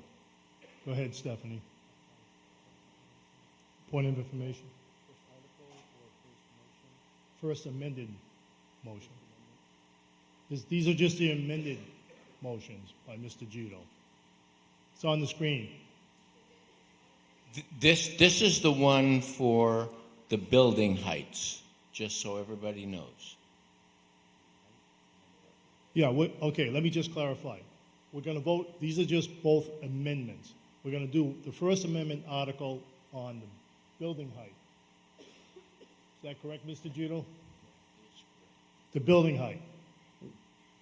After that vote is taken, then we're going to go on the parking spaces on that amended motion. Everybody clear? Okay, are we ready to start? Okay, at this time, it's going to be on the screen. Please begin voting. You have 20 seconds. These are the amendments.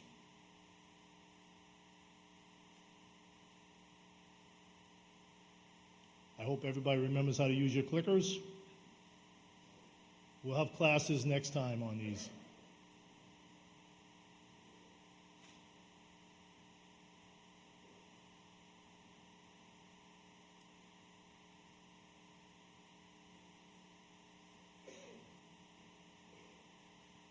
Okay, the motion fails. 32 yes, 75 no, 0 abstentions.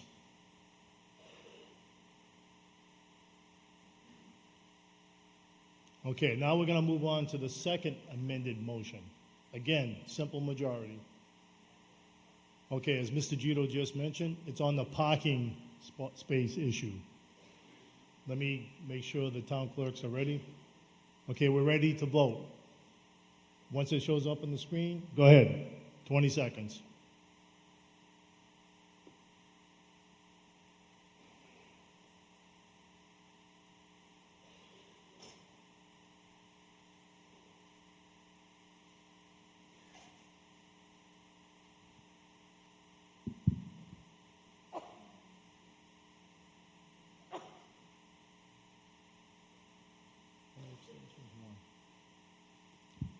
The Second Amendment fails. 29 yes, 77 no, 1 abstention. Thank you all for voting. Now we're back to the original main motion. All right, we had technical questions on the main motion. Hope we can go right to the summary and vote. Does anybody have any statements or comments on this? Now's the time to get up and state your case. Please state your name and precinct number. Ian Turland, Precinct 2. And just a couple things that I'd like to say is that I am very much directly impacted by this. I have one of those nice single-family homes pretty close to the area, and I very much welcome these changes. I think that the opportunity to have more neighbors to make the downtown friendlier for pedestrians, we should be building around the people, not around cars. And I think that the distance as far as parking, a lot of people have concerns about that. I mean, I think for most people that comes out to about a 5-minute walk. And I know that I'm about equidistant from the Stoughton Rec and the library. I'm in a very lucky location. I often walk to Price Right and get groceries there. I've done it in the snowstorm because I found it was safer to walk than it was to take a car in the snowstorm. So I think, as people have pointed out, this is a choice for the people who would be moving into a building with that option. It would be upfront. They would know what they're getting into. So it may not necessarily be for everybody, but I think this is a great changes, and I encourage everybody to vote for it. Thank you. Thank you. Anybody else? I don't see anybody. Mr. Joseph Soers. Precinct 2, Joe Soers, 390 Central Street. In 1972, I moved to Stoughton. Now, prior to that, it was an area that they were all 3-story houses. And it was kind of a U-shaped. You came in one way and went out another. It wasn't a one-way street. But let me tell you something. When it snowed, and I would come back from work, I would have to find another parking space. So when I moved to Stoughton, I died and went to heaven because I had my own parking space. Now, a lot of people don't understand this, But I know I'm getting along in age. I'm no longer this young kid when I came here at Stoughton. Are we talking about the main motion again, sir? I Yes. just want to make sure you're getting to the point. Okay. Yes, we're talking about Okay. the zoning, yes. That's fine. So the point being is, well, when I moved to Stoughton, I had my own parking space. I don't have to worry about it every night when I come home, or when I go, wherever I go, okay? But the other point was I wanted to make was, I'm not the young guy anymore. I don't know about you, but maybe I should be able to walk a quarter of a mile, but I don't necessarily do that exercise anymore. I used to go to the Y all the time. So what's my point? My point is that we've got to look at it two ways. First of all, I can be creative. I can sell parking spaces because I have more than one parking place in my car, in my driveway. So now, are we all going to be creative?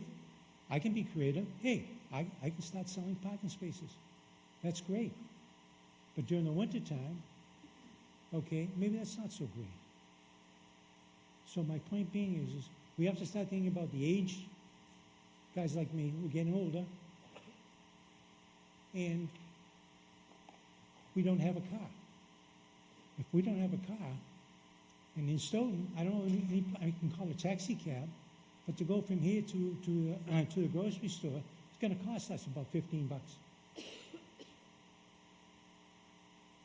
And somebody just made a point, it's going to cost you, and I won't say what he said, but it's going to cost you a lot more money. So I think what we should do is, we need more, because I can park my car in my yard, so I'm capable of going wherever my car will take me. I wouldn't want to come to this town and buy one of those areas where I've got 0.5 or 0.7 parking area. I'm not going to buy them there because I need transportation. So my point is, I think we should consider there's more than one type of people in Stoughton.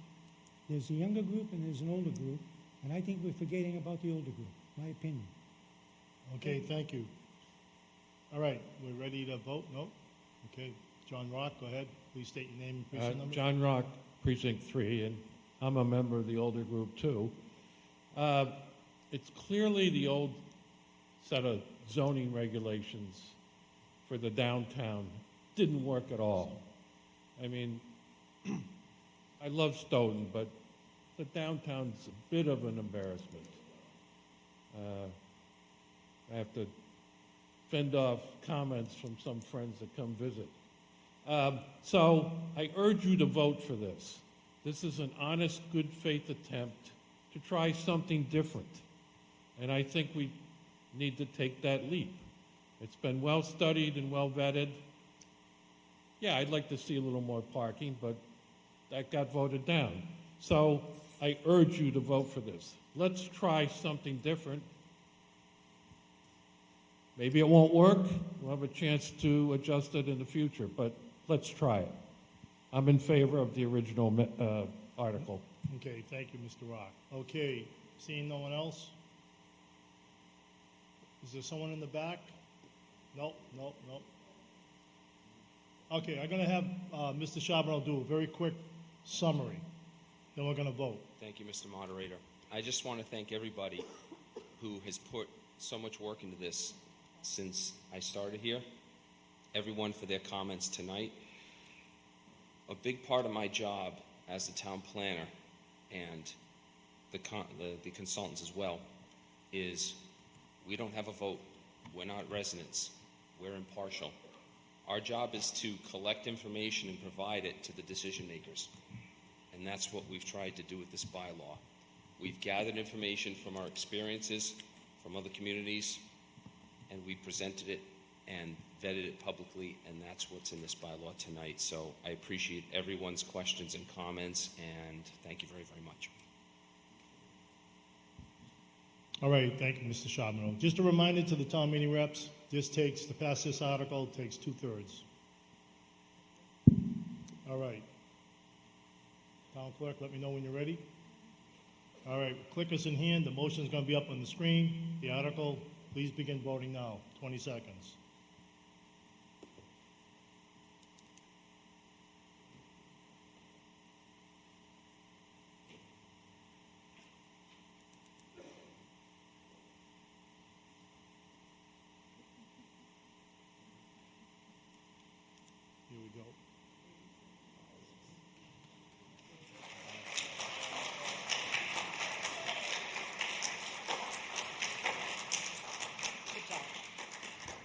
All right, obviously the article passes by 2/3, 87 yes, 22 no, 0 abstentions.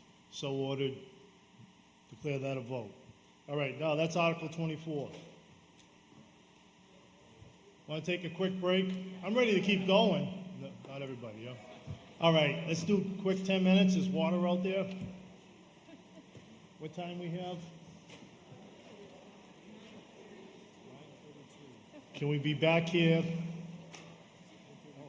So 9:45, really? We're going to start at 9:45, whether you're here or not. So please come back, 9:45.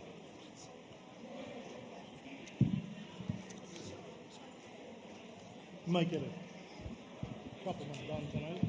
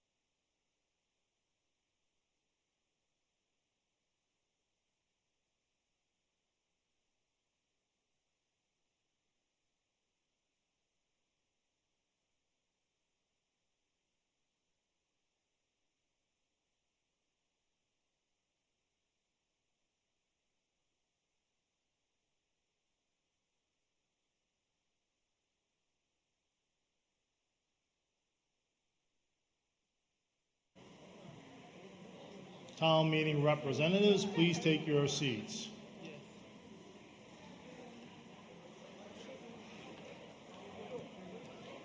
We're going to start with Article 14. That appears on page 93 in your warrant books.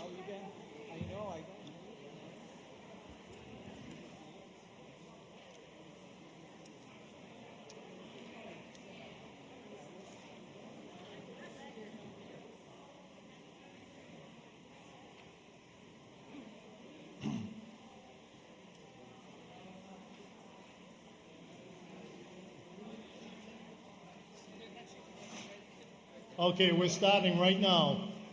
I ask you to be, if you can quiet down. We're on Article 14, page 93 of the warrant books. All right, I need a motion from Finance Committee. That the town vote to appropriate the total sum of $3,722.58 to pay unpaid bills from prior fiscal years in excess of departmental appropriations, and to meet this appropriation, $3,722.58 shall be transferred from the funding sources, all as set forth in the following chart. As printed in the warrant. As printed in the warrant. Is there a second? Second. Seconded by Johnny Zamino, Precinct 4. All right, Finance Committee report, please. Finance Committee voted 11-0 to recommend to town meeting as set forth in the proposed motion. Municipal Operations, Cynthia Walsh.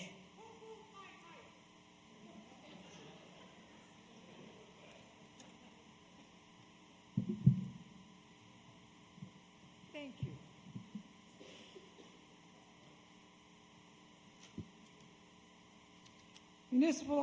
Cynthia Walsh, Precinct 3, Chair of Municipal Operations, who voted unanimously 4-0 to refer to town meeting.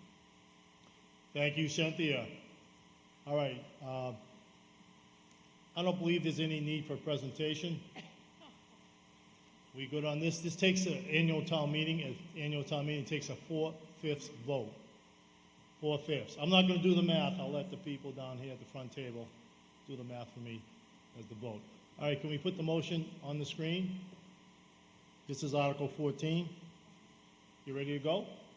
All right, with clickers in hand, please vote accordingly. You have 20 seconds.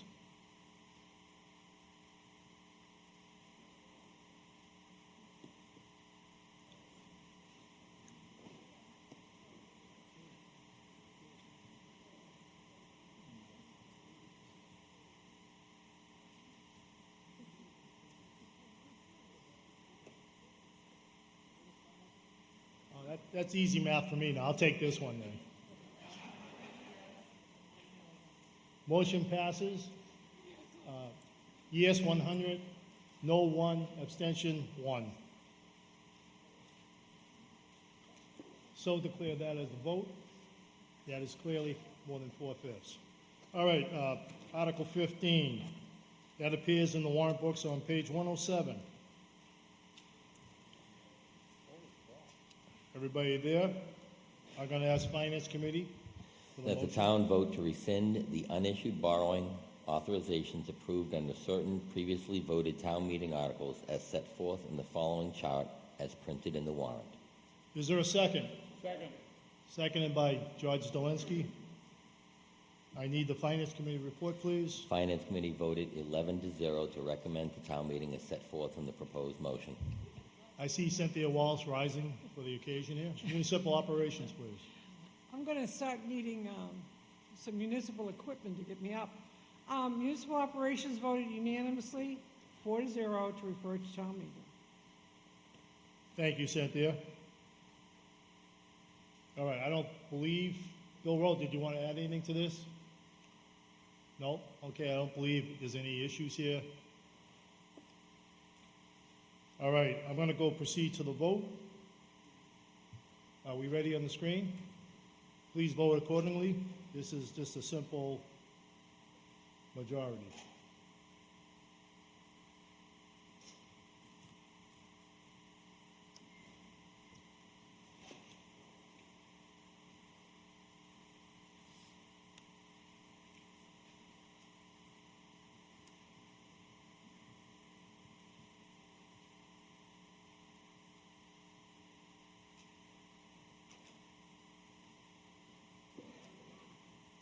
Motion passes 94 yes, 1 no, 0 abstentions. I declare that a vote. Okay, moving along. Mr. Moderator, Yes, Mr. Murphy. point of information.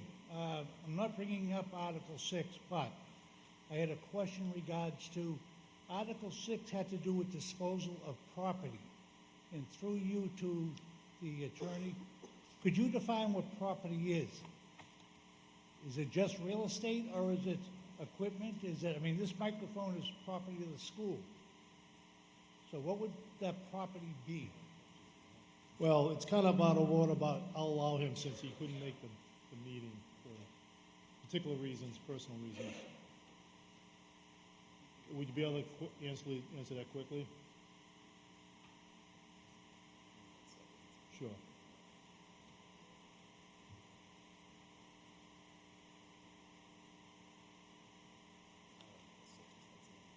Yeah, Article 6 was an enterprise fund. But it just said property. Yeah, you mentioned property in town. Correct. Does it mean real estate? I guess that's your question. Well, that's Is it all that was just- discussed the other night was real estate. But I mean, it also should include other property of the town. Such as, say, the DPW wants to get rid of equipment. That's property. Yes, go ahead. Mr. Moderator, through you to the meeting, just rereading Article 5 for your point of information, it refers to the process under 30B, which is disposal of surplus town property. Yeah.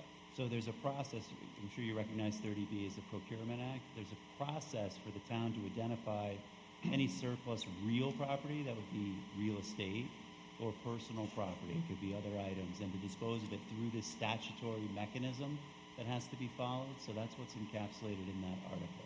Okay, so it did say just real property. Right. I couldn't quite hear him. Oh, could you repeat that? I'm sorry, couldn't hear you.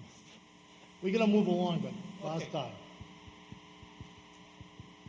That good? I don't know which part you couldn't hear. No, what I'm saying is when that article, it said property, I was just saying, is that real property or is it, It doesn't specify, it could be either. so it could be any property owned by the town? That's designated by the town as property subject to disposal through the 30B process, yes. Okay, thank you. Okay, thank you, Mr. Murphy. All right, we're gonna move on, Article 16. That appears on page 108 of the warrant books.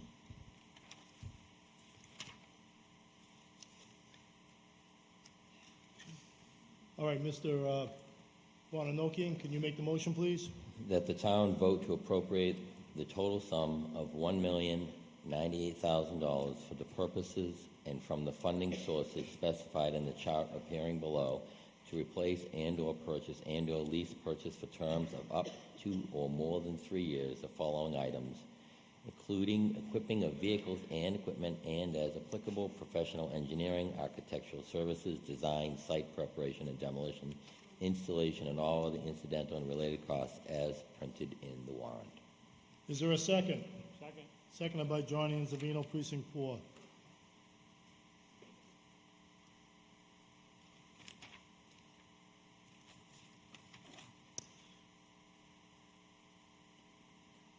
Okay, can I have, we usually vote these by department, but I'm not sure if the screen is set up to vote that way. It is set up that way?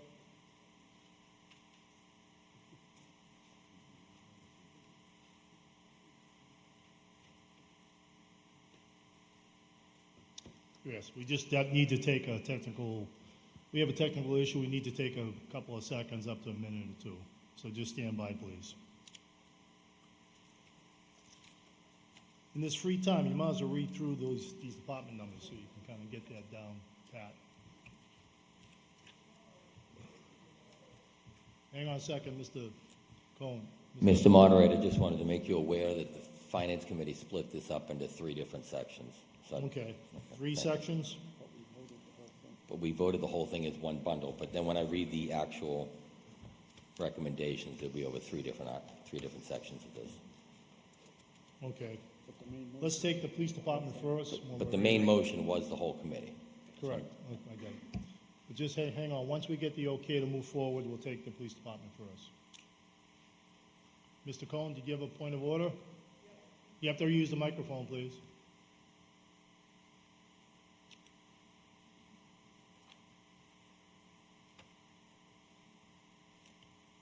We're going to vote these separate articles, I presume. We're of the going to try one- to do that separately. And that's what by this- department. By Right, department. right. Okay, thank you very much. Okay, unless we have technical issues with the vote, the clickers.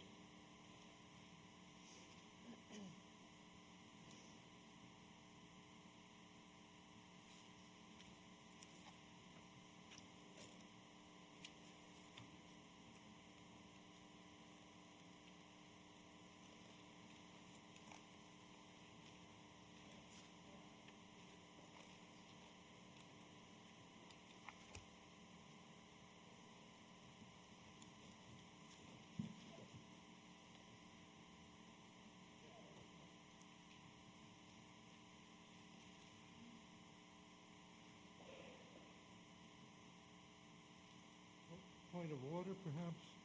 This was a motion by the this is a motion by the Finance Committee, but there was one, the trash packer was not one of their recommendations, so does that get moved by the... I'm going to ask you, that's out of order right now. We're going to only talk about the police department first. So when that public work comes up, you can come forward and ask that question, Mr. Coleman. Okay. Thank you. Yes. The motion itself was for the total amount. Okay. So you're going to take the individual pieces first, but you're going to end up voting the total at the end. Well, That's, the main motion is for the total amount in this article.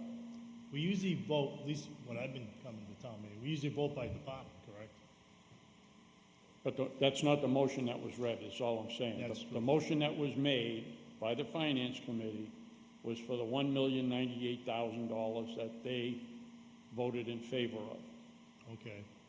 So, I mean, you may have to ask council, but that's what the motion was, so. Okay. After consulting with town council, we'll go through the departments. What's there, 4 or 5 of them? We'll take each one, then we'll go back to the main motion. Okay? All right, just for clarity. So we're gonna vote the article, one main motion. Okay? Everybody good with that? Everybody?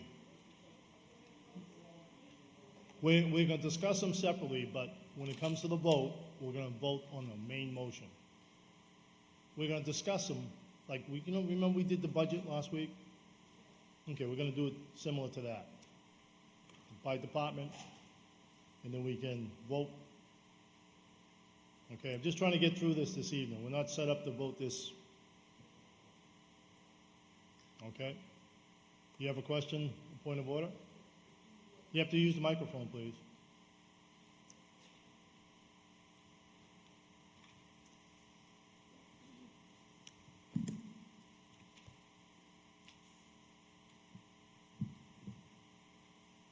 Thank you, Mr. Moderator. Jim Guerin, Precinct 6. And if you disagree with one part of this thing here, how do you then vote the whole motion?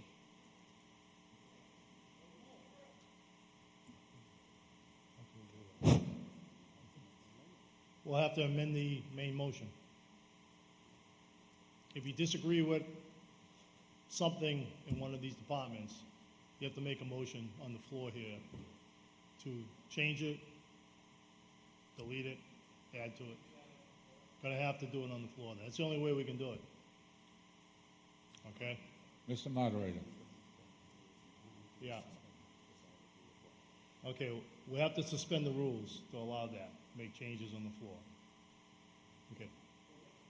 Is there We had a motion and a second for the whole article, so whatever process is needed, if someone's looking to change it, we'll have to go through that. Right.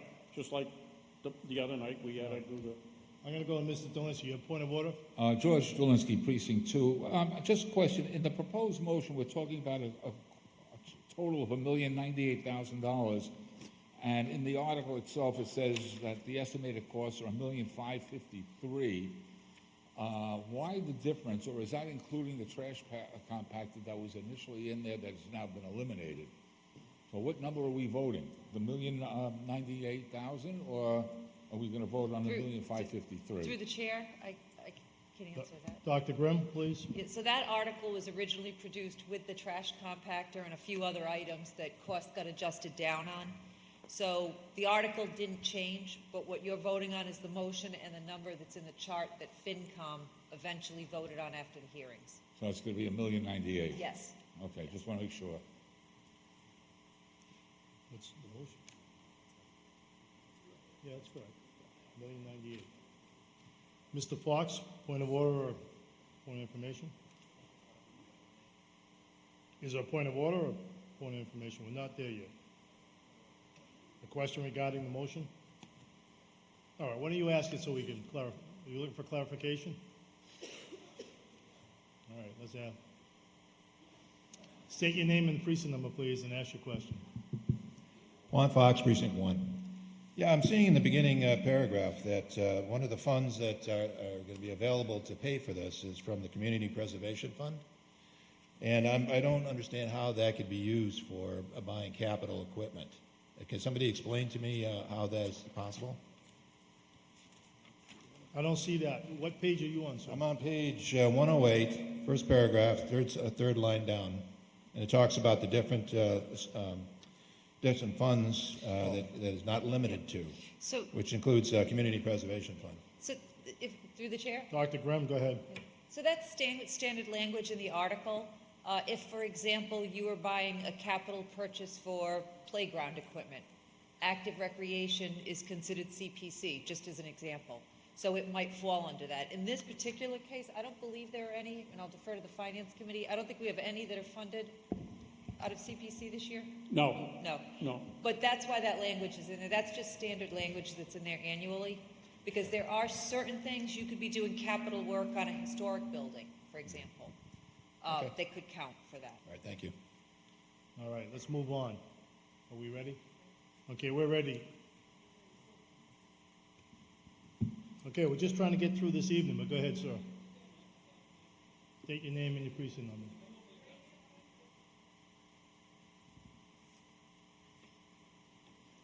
Jim Guerin, Precinct 6. I see each of these individual are labeled as quotes, budgetary pricing, and estimates. Do we know that this is the final price for the things we're paying for here? I'll see if I get that answer. You want? Generally, it's up to this, no more than this price, but The money we put in was what was determined during our hearings based on the estimates that the departments had received, actual estimates for the items that are being purchased. That's what the numbers were, and that's why there's a big difference, because we had, as the town manager mentioned, we found that there were certain items that could be reduced because they had more in there to begin with. So it was all based on estimates, actual estimates. We cannot go over the allotted amount, though. So if something came in higher, we can't spend the money. We cannot go over. So this is the maximum amount that could be used. Some of these are right off a state bid list. okay. So the number comes right from a state bid list. But in other cases, if we went to purchase something and we happen to get a better price, we might pay less. But we can never use more than what's been voted. We have to come back. Well, yeah, but if it's, Okay, let's move on, okay? All right. Now, we're gonna talk about the police department first, so does Finance Committee have a recommendation on just the police department numbers? Did you want me to read all three of them, one right after the other? This is all the police department, right? Okay, well. Yes. 16A1, 3 marked cruisers. Finance Committee voted 11-0 to recommend to town meeting as set forth in the proposed motion. 16A2, 1 unmarked cruiser. Finance Committee voted 10-1 to recommend to town meeting as set forth in the proposed motion. 16A3, Finance Committee voted 11-0 to recommend to town meeting as set forth in the proposed motion. Thank you. Municipal operations, could you read your recommendation just on the police department, please?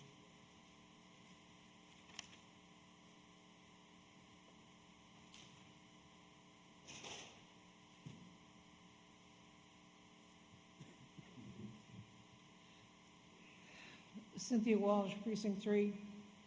Now, municipal operations had the same vote for all 5 sections.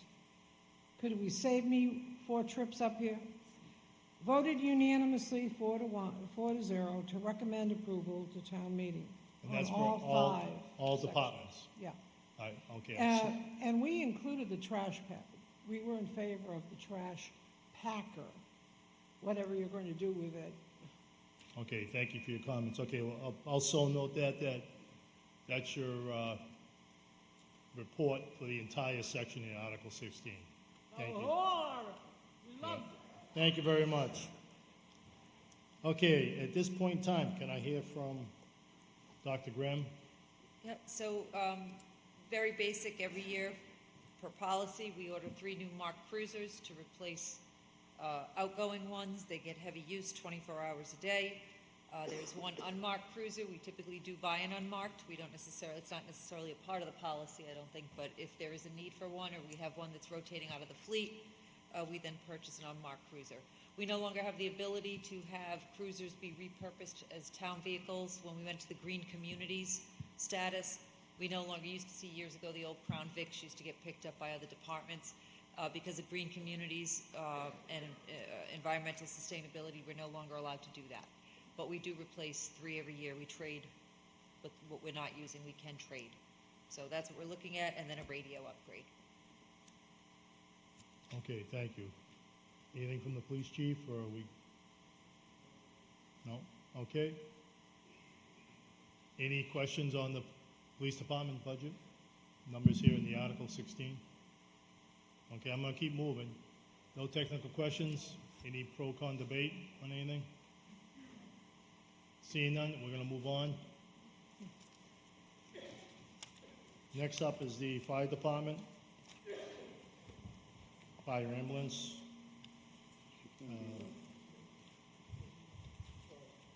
Page 120, Bob. 120, thank you, John. Okay, Finance Committee, can we have your report, please? Finance Committee voted 11-0 to recommend the town meeting as set forth in the proposed motion. Thank you. And Cynthia Walsh already read her municipal operations report. Thank you very much, Cynthia. All right, do we have a presentation by the town manager, please? Very briefly, as always, we want to keep our ambulance fleet strong and solid. The last thing we want are ambulances not reliable. A vast majority of this is being paid for by a fire apparatus stabilization fund, with $10,000 coming from free cash, and you have very detailed specifications in the warrant book from the fire department. Thank you. You mentioned the stabilization fund, so this will take a 2/3 vote to move money out of it. Is that correct? That is correct. 2/3 vote, just a reminder on that. All right, we heard the presentation. Is there any technical questions on the fire department? Pat Colburn, please state your name, precinct number, and your question.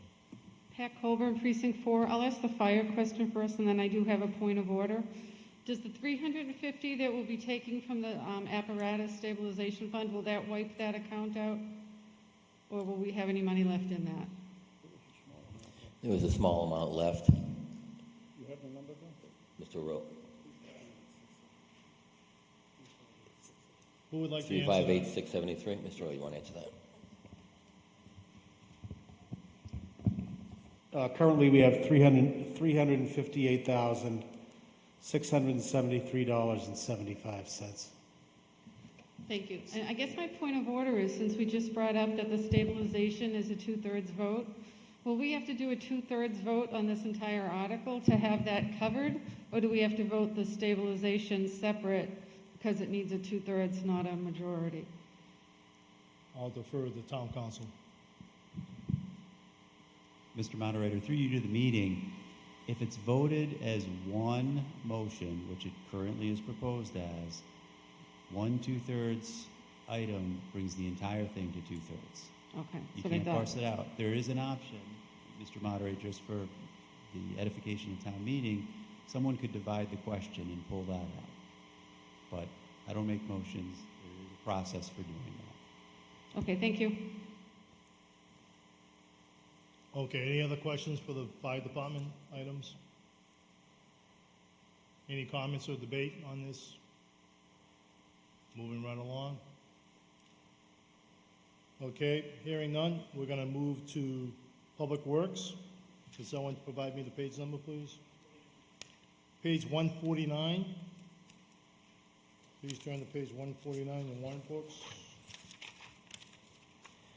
16C1, Finance Committee voted 3 to 8 to approve this article. The motion failed. 16C2, Finance Committee voted 11 to 0 to recommend the town meeting as set forth in the proposed motion. Okay, as I mentioned before, in municipal operations, I'll just say voted unanimously 4 to 0 to recommend approval of the town meeting. Okay, presentation, please. You want to talk about that? Yeah, just the track list, yeah. Just the track list.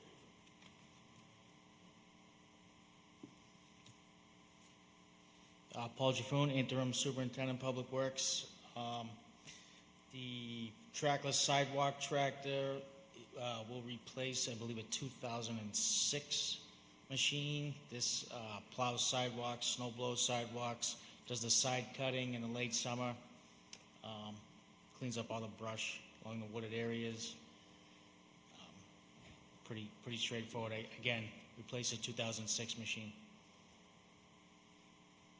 Okay. Technical questions by anybody? You have one? Scott Carrara, please state your name and precinct number.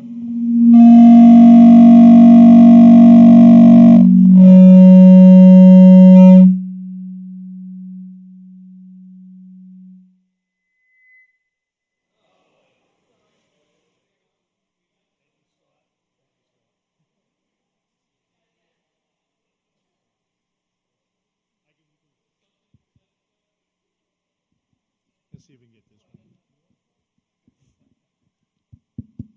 You want to use this one?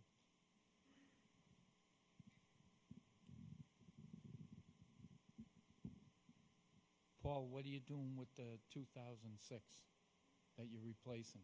Are we keeping it, or is it junk? He can hear me. I asked the superintendent if he was getting rid of the one that he's, the one that we're replacing. It'll be traded in. Traded it? All right.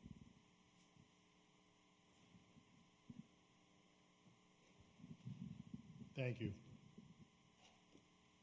Anyone else? Roberta, please identify yourself. Is this Name and on? precinct. Yes. Okay. Question for Mr. Jaffoon. Since the trash packer is taken off. You didn't identify yourself. Oh, I'm please. sorry. Roberta Habeck, Precinct 7. Yes. Is this disturbing to you that the packer is taken off, or it just seems like it only got taken off because of Finance Committee? Mr. Jafone, go ahead. You can answer that if you can. Is it disturbing?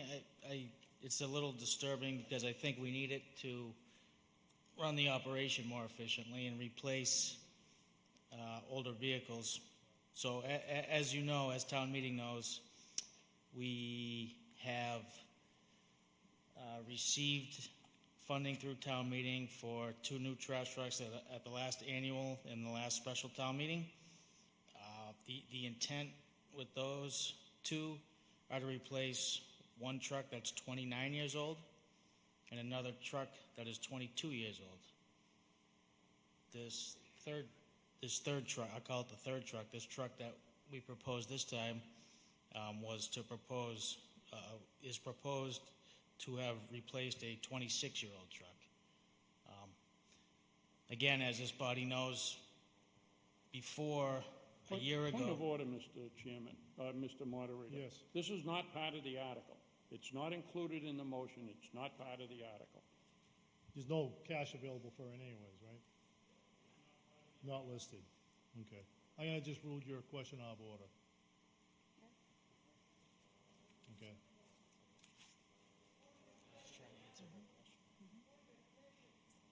Bob Cohn, you have a point of information. Please rise, use the microphone, state your name and precinct number.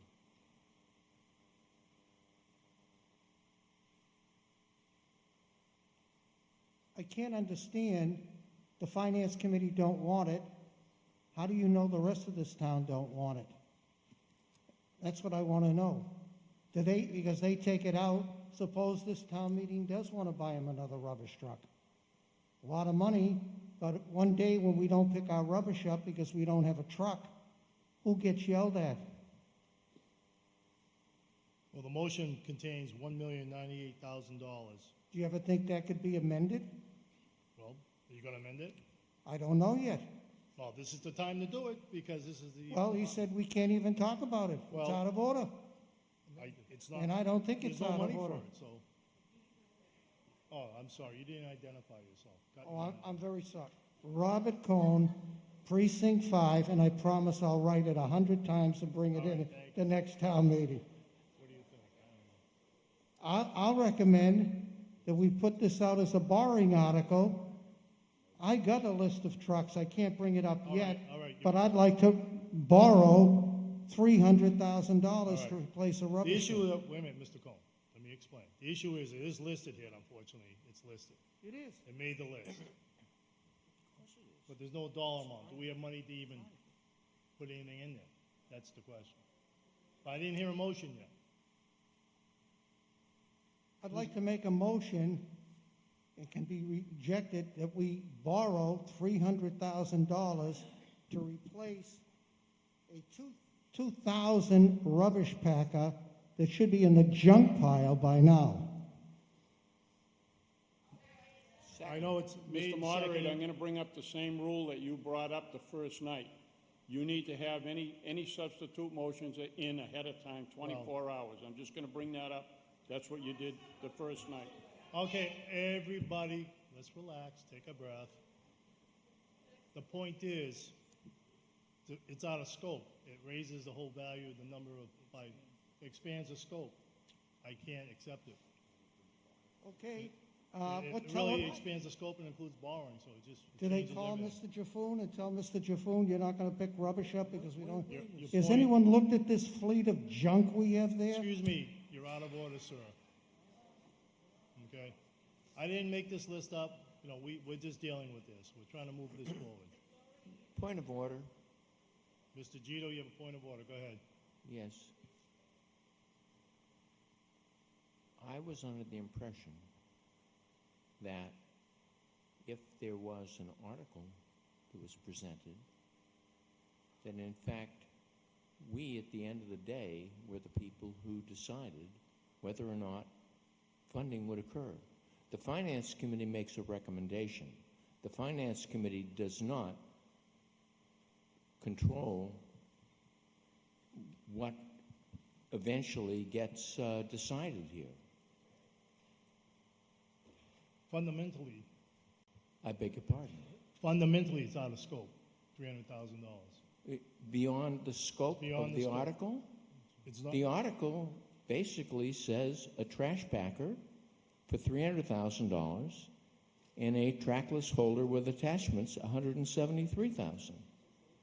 trash factor says what, 300,000? That's what I see in Article 16. Do you see that? That's page 149. Am I on the wrong page?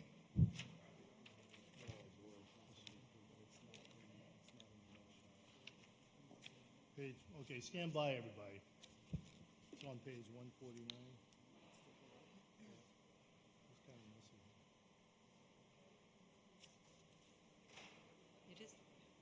See, we left it.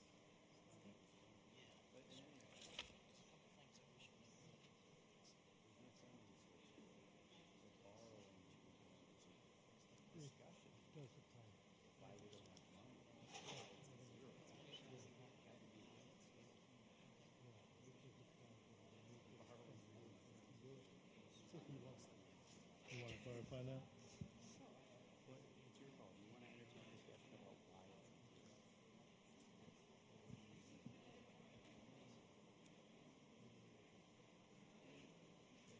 What's that? No, I don't want to go forward. I don't know why it's even in here. You know?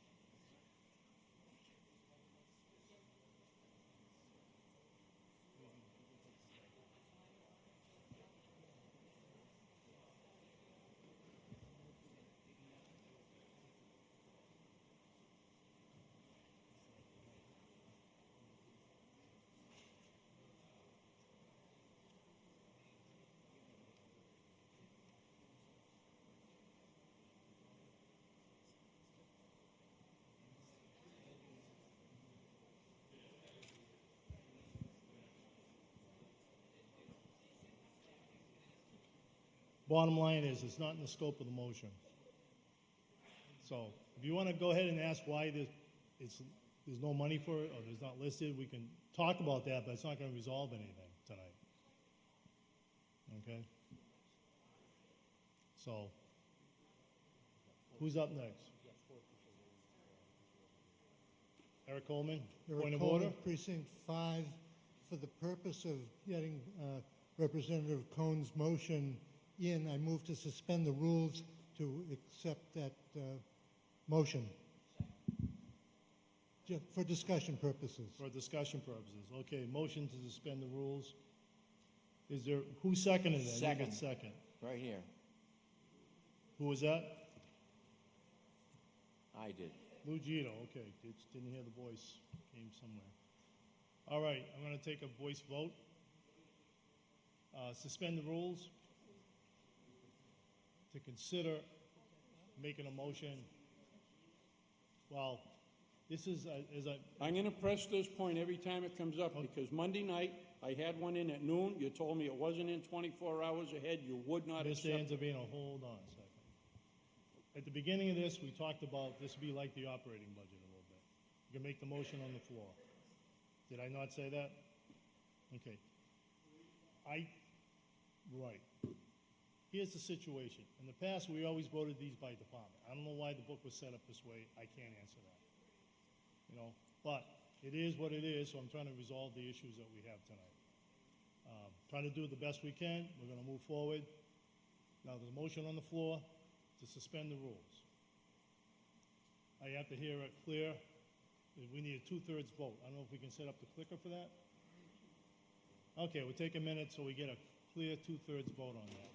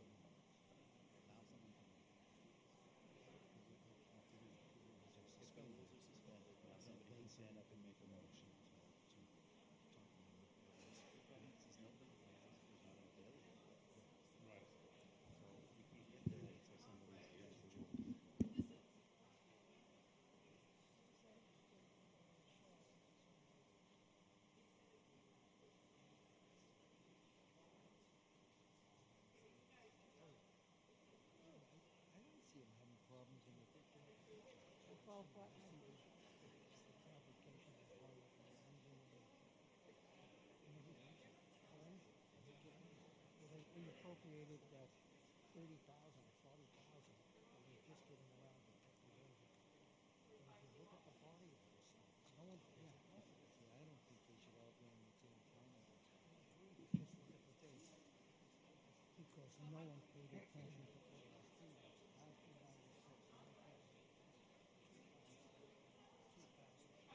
This should have been. We didn't get around to a rotation of the police car. We did.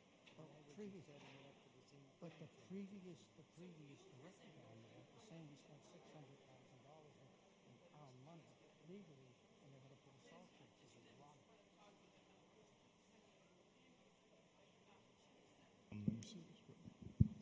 Okay, before we vote, I just want everybody to be clear that motion before us is going to be to suspend the rules for the purposes of discussing about the Packer, how it could be funded, why is it at zero, if there's any money available to borrow, a source, we have to discuss a source, and some other issues regarding that. Okay, I don't know if we're gonna get there or not, so we need a two-thirds vote to even go forward. Everybody understand that? Okay.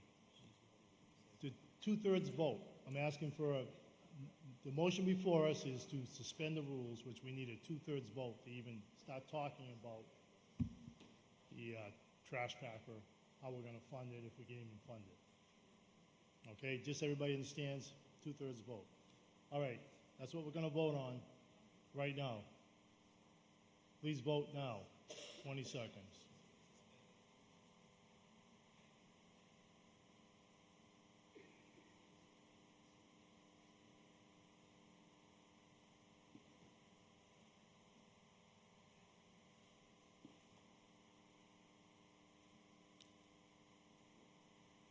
Sixty-four yes, 40 no, 0 abstentions. Motion fails. It fails. All right, so we're not gonna talk about that.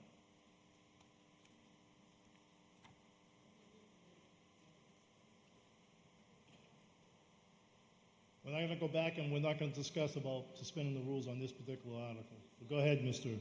Guerin. Thank you, Mr. Moderator. Jim Guerin, Precinct 6. Mr. Moderator, through you to whoever can answer the question, how did this money get taken out of this budget? It's in the warrant book, but it's out of the budget. Are you talking if it's out of the trash compactor budget? Yes, sir, I am. Okay, we're not talking about that now. The motion did not pass, so I'm gonna rule you out of order. Okay, we're gonna move on. All right? Mr. Moderator, I have a question. Mr. Fox, go ahead. Point of order, is it? No, it's a question regarding the article. Regarding what, sir? Specifically regarding I can't, you have to speak into the microphone. sir. Sorry, Juan Fox, Precinct 1.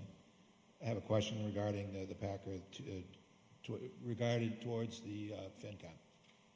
Regarding towards FinCom. Towards FinCom. I'm gonna rule it out of order because the motion just failed. It's not related to this motion, it's related to a question about what's in the article in general, and why one particular thing was... Okay, general question. Okay, general. You can say consider it general. Yeah, I would be interested to know why FinCom had the motion failed for them. Why did it, was it 3 to 8 to not pass? FinCom, can you answer that? I just don't want to get off into the tangents. Am I allowed to answer this question? Yes.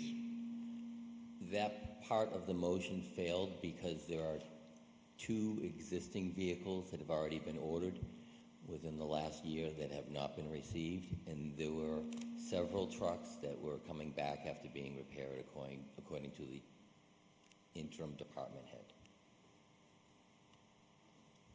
Thank you, Mr. Moderator. Okay, thank you, Mr. Milton. Okay, Brian Holmes? Brian Holmes, Precinct 3.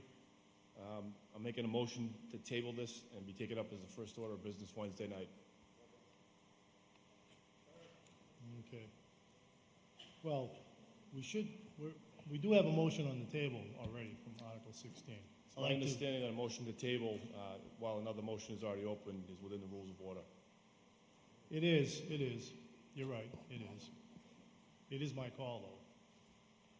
What time we have? It's about that time. About that time? You guys make it very easy for me, don't you? Appreciate that. The rule is we don't bring up an article after Right. 10:30. We're already in the middle of this one. Okay.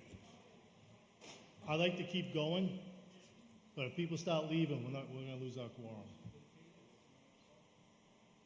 Sir, on the motion to table, Mr. Moderator, I think there's some people that would like to see a resolve. Who seconded This- that motion? There was a second and a third and a fourth. I think Thank this you. would Thank allow... you for, I'm just double checking we have the motion and the Yes, second. of course. I'm just All right. trying to allow a resolve All right. to this prior to That's Wednesday. motion to table Yes. and come back on Wednesday? Is that your motion? And that this be taken up as the first order of business on Wednesday. All right. All those in favor by voice vote, say aye. Aye. All those opposed? I'm not sure. Thank you. All right, thank you. Have a good evening. See you back on Wednesday night.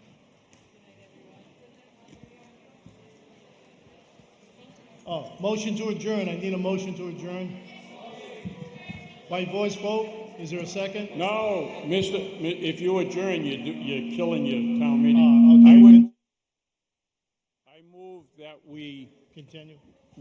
return on Wednesday, the 11th of May, 7 p.m., high school auditorium, and we'll pick up at Article 60. All right, is there a second? All those in favor say aye. All those opposed, the ayes have it. Thank you.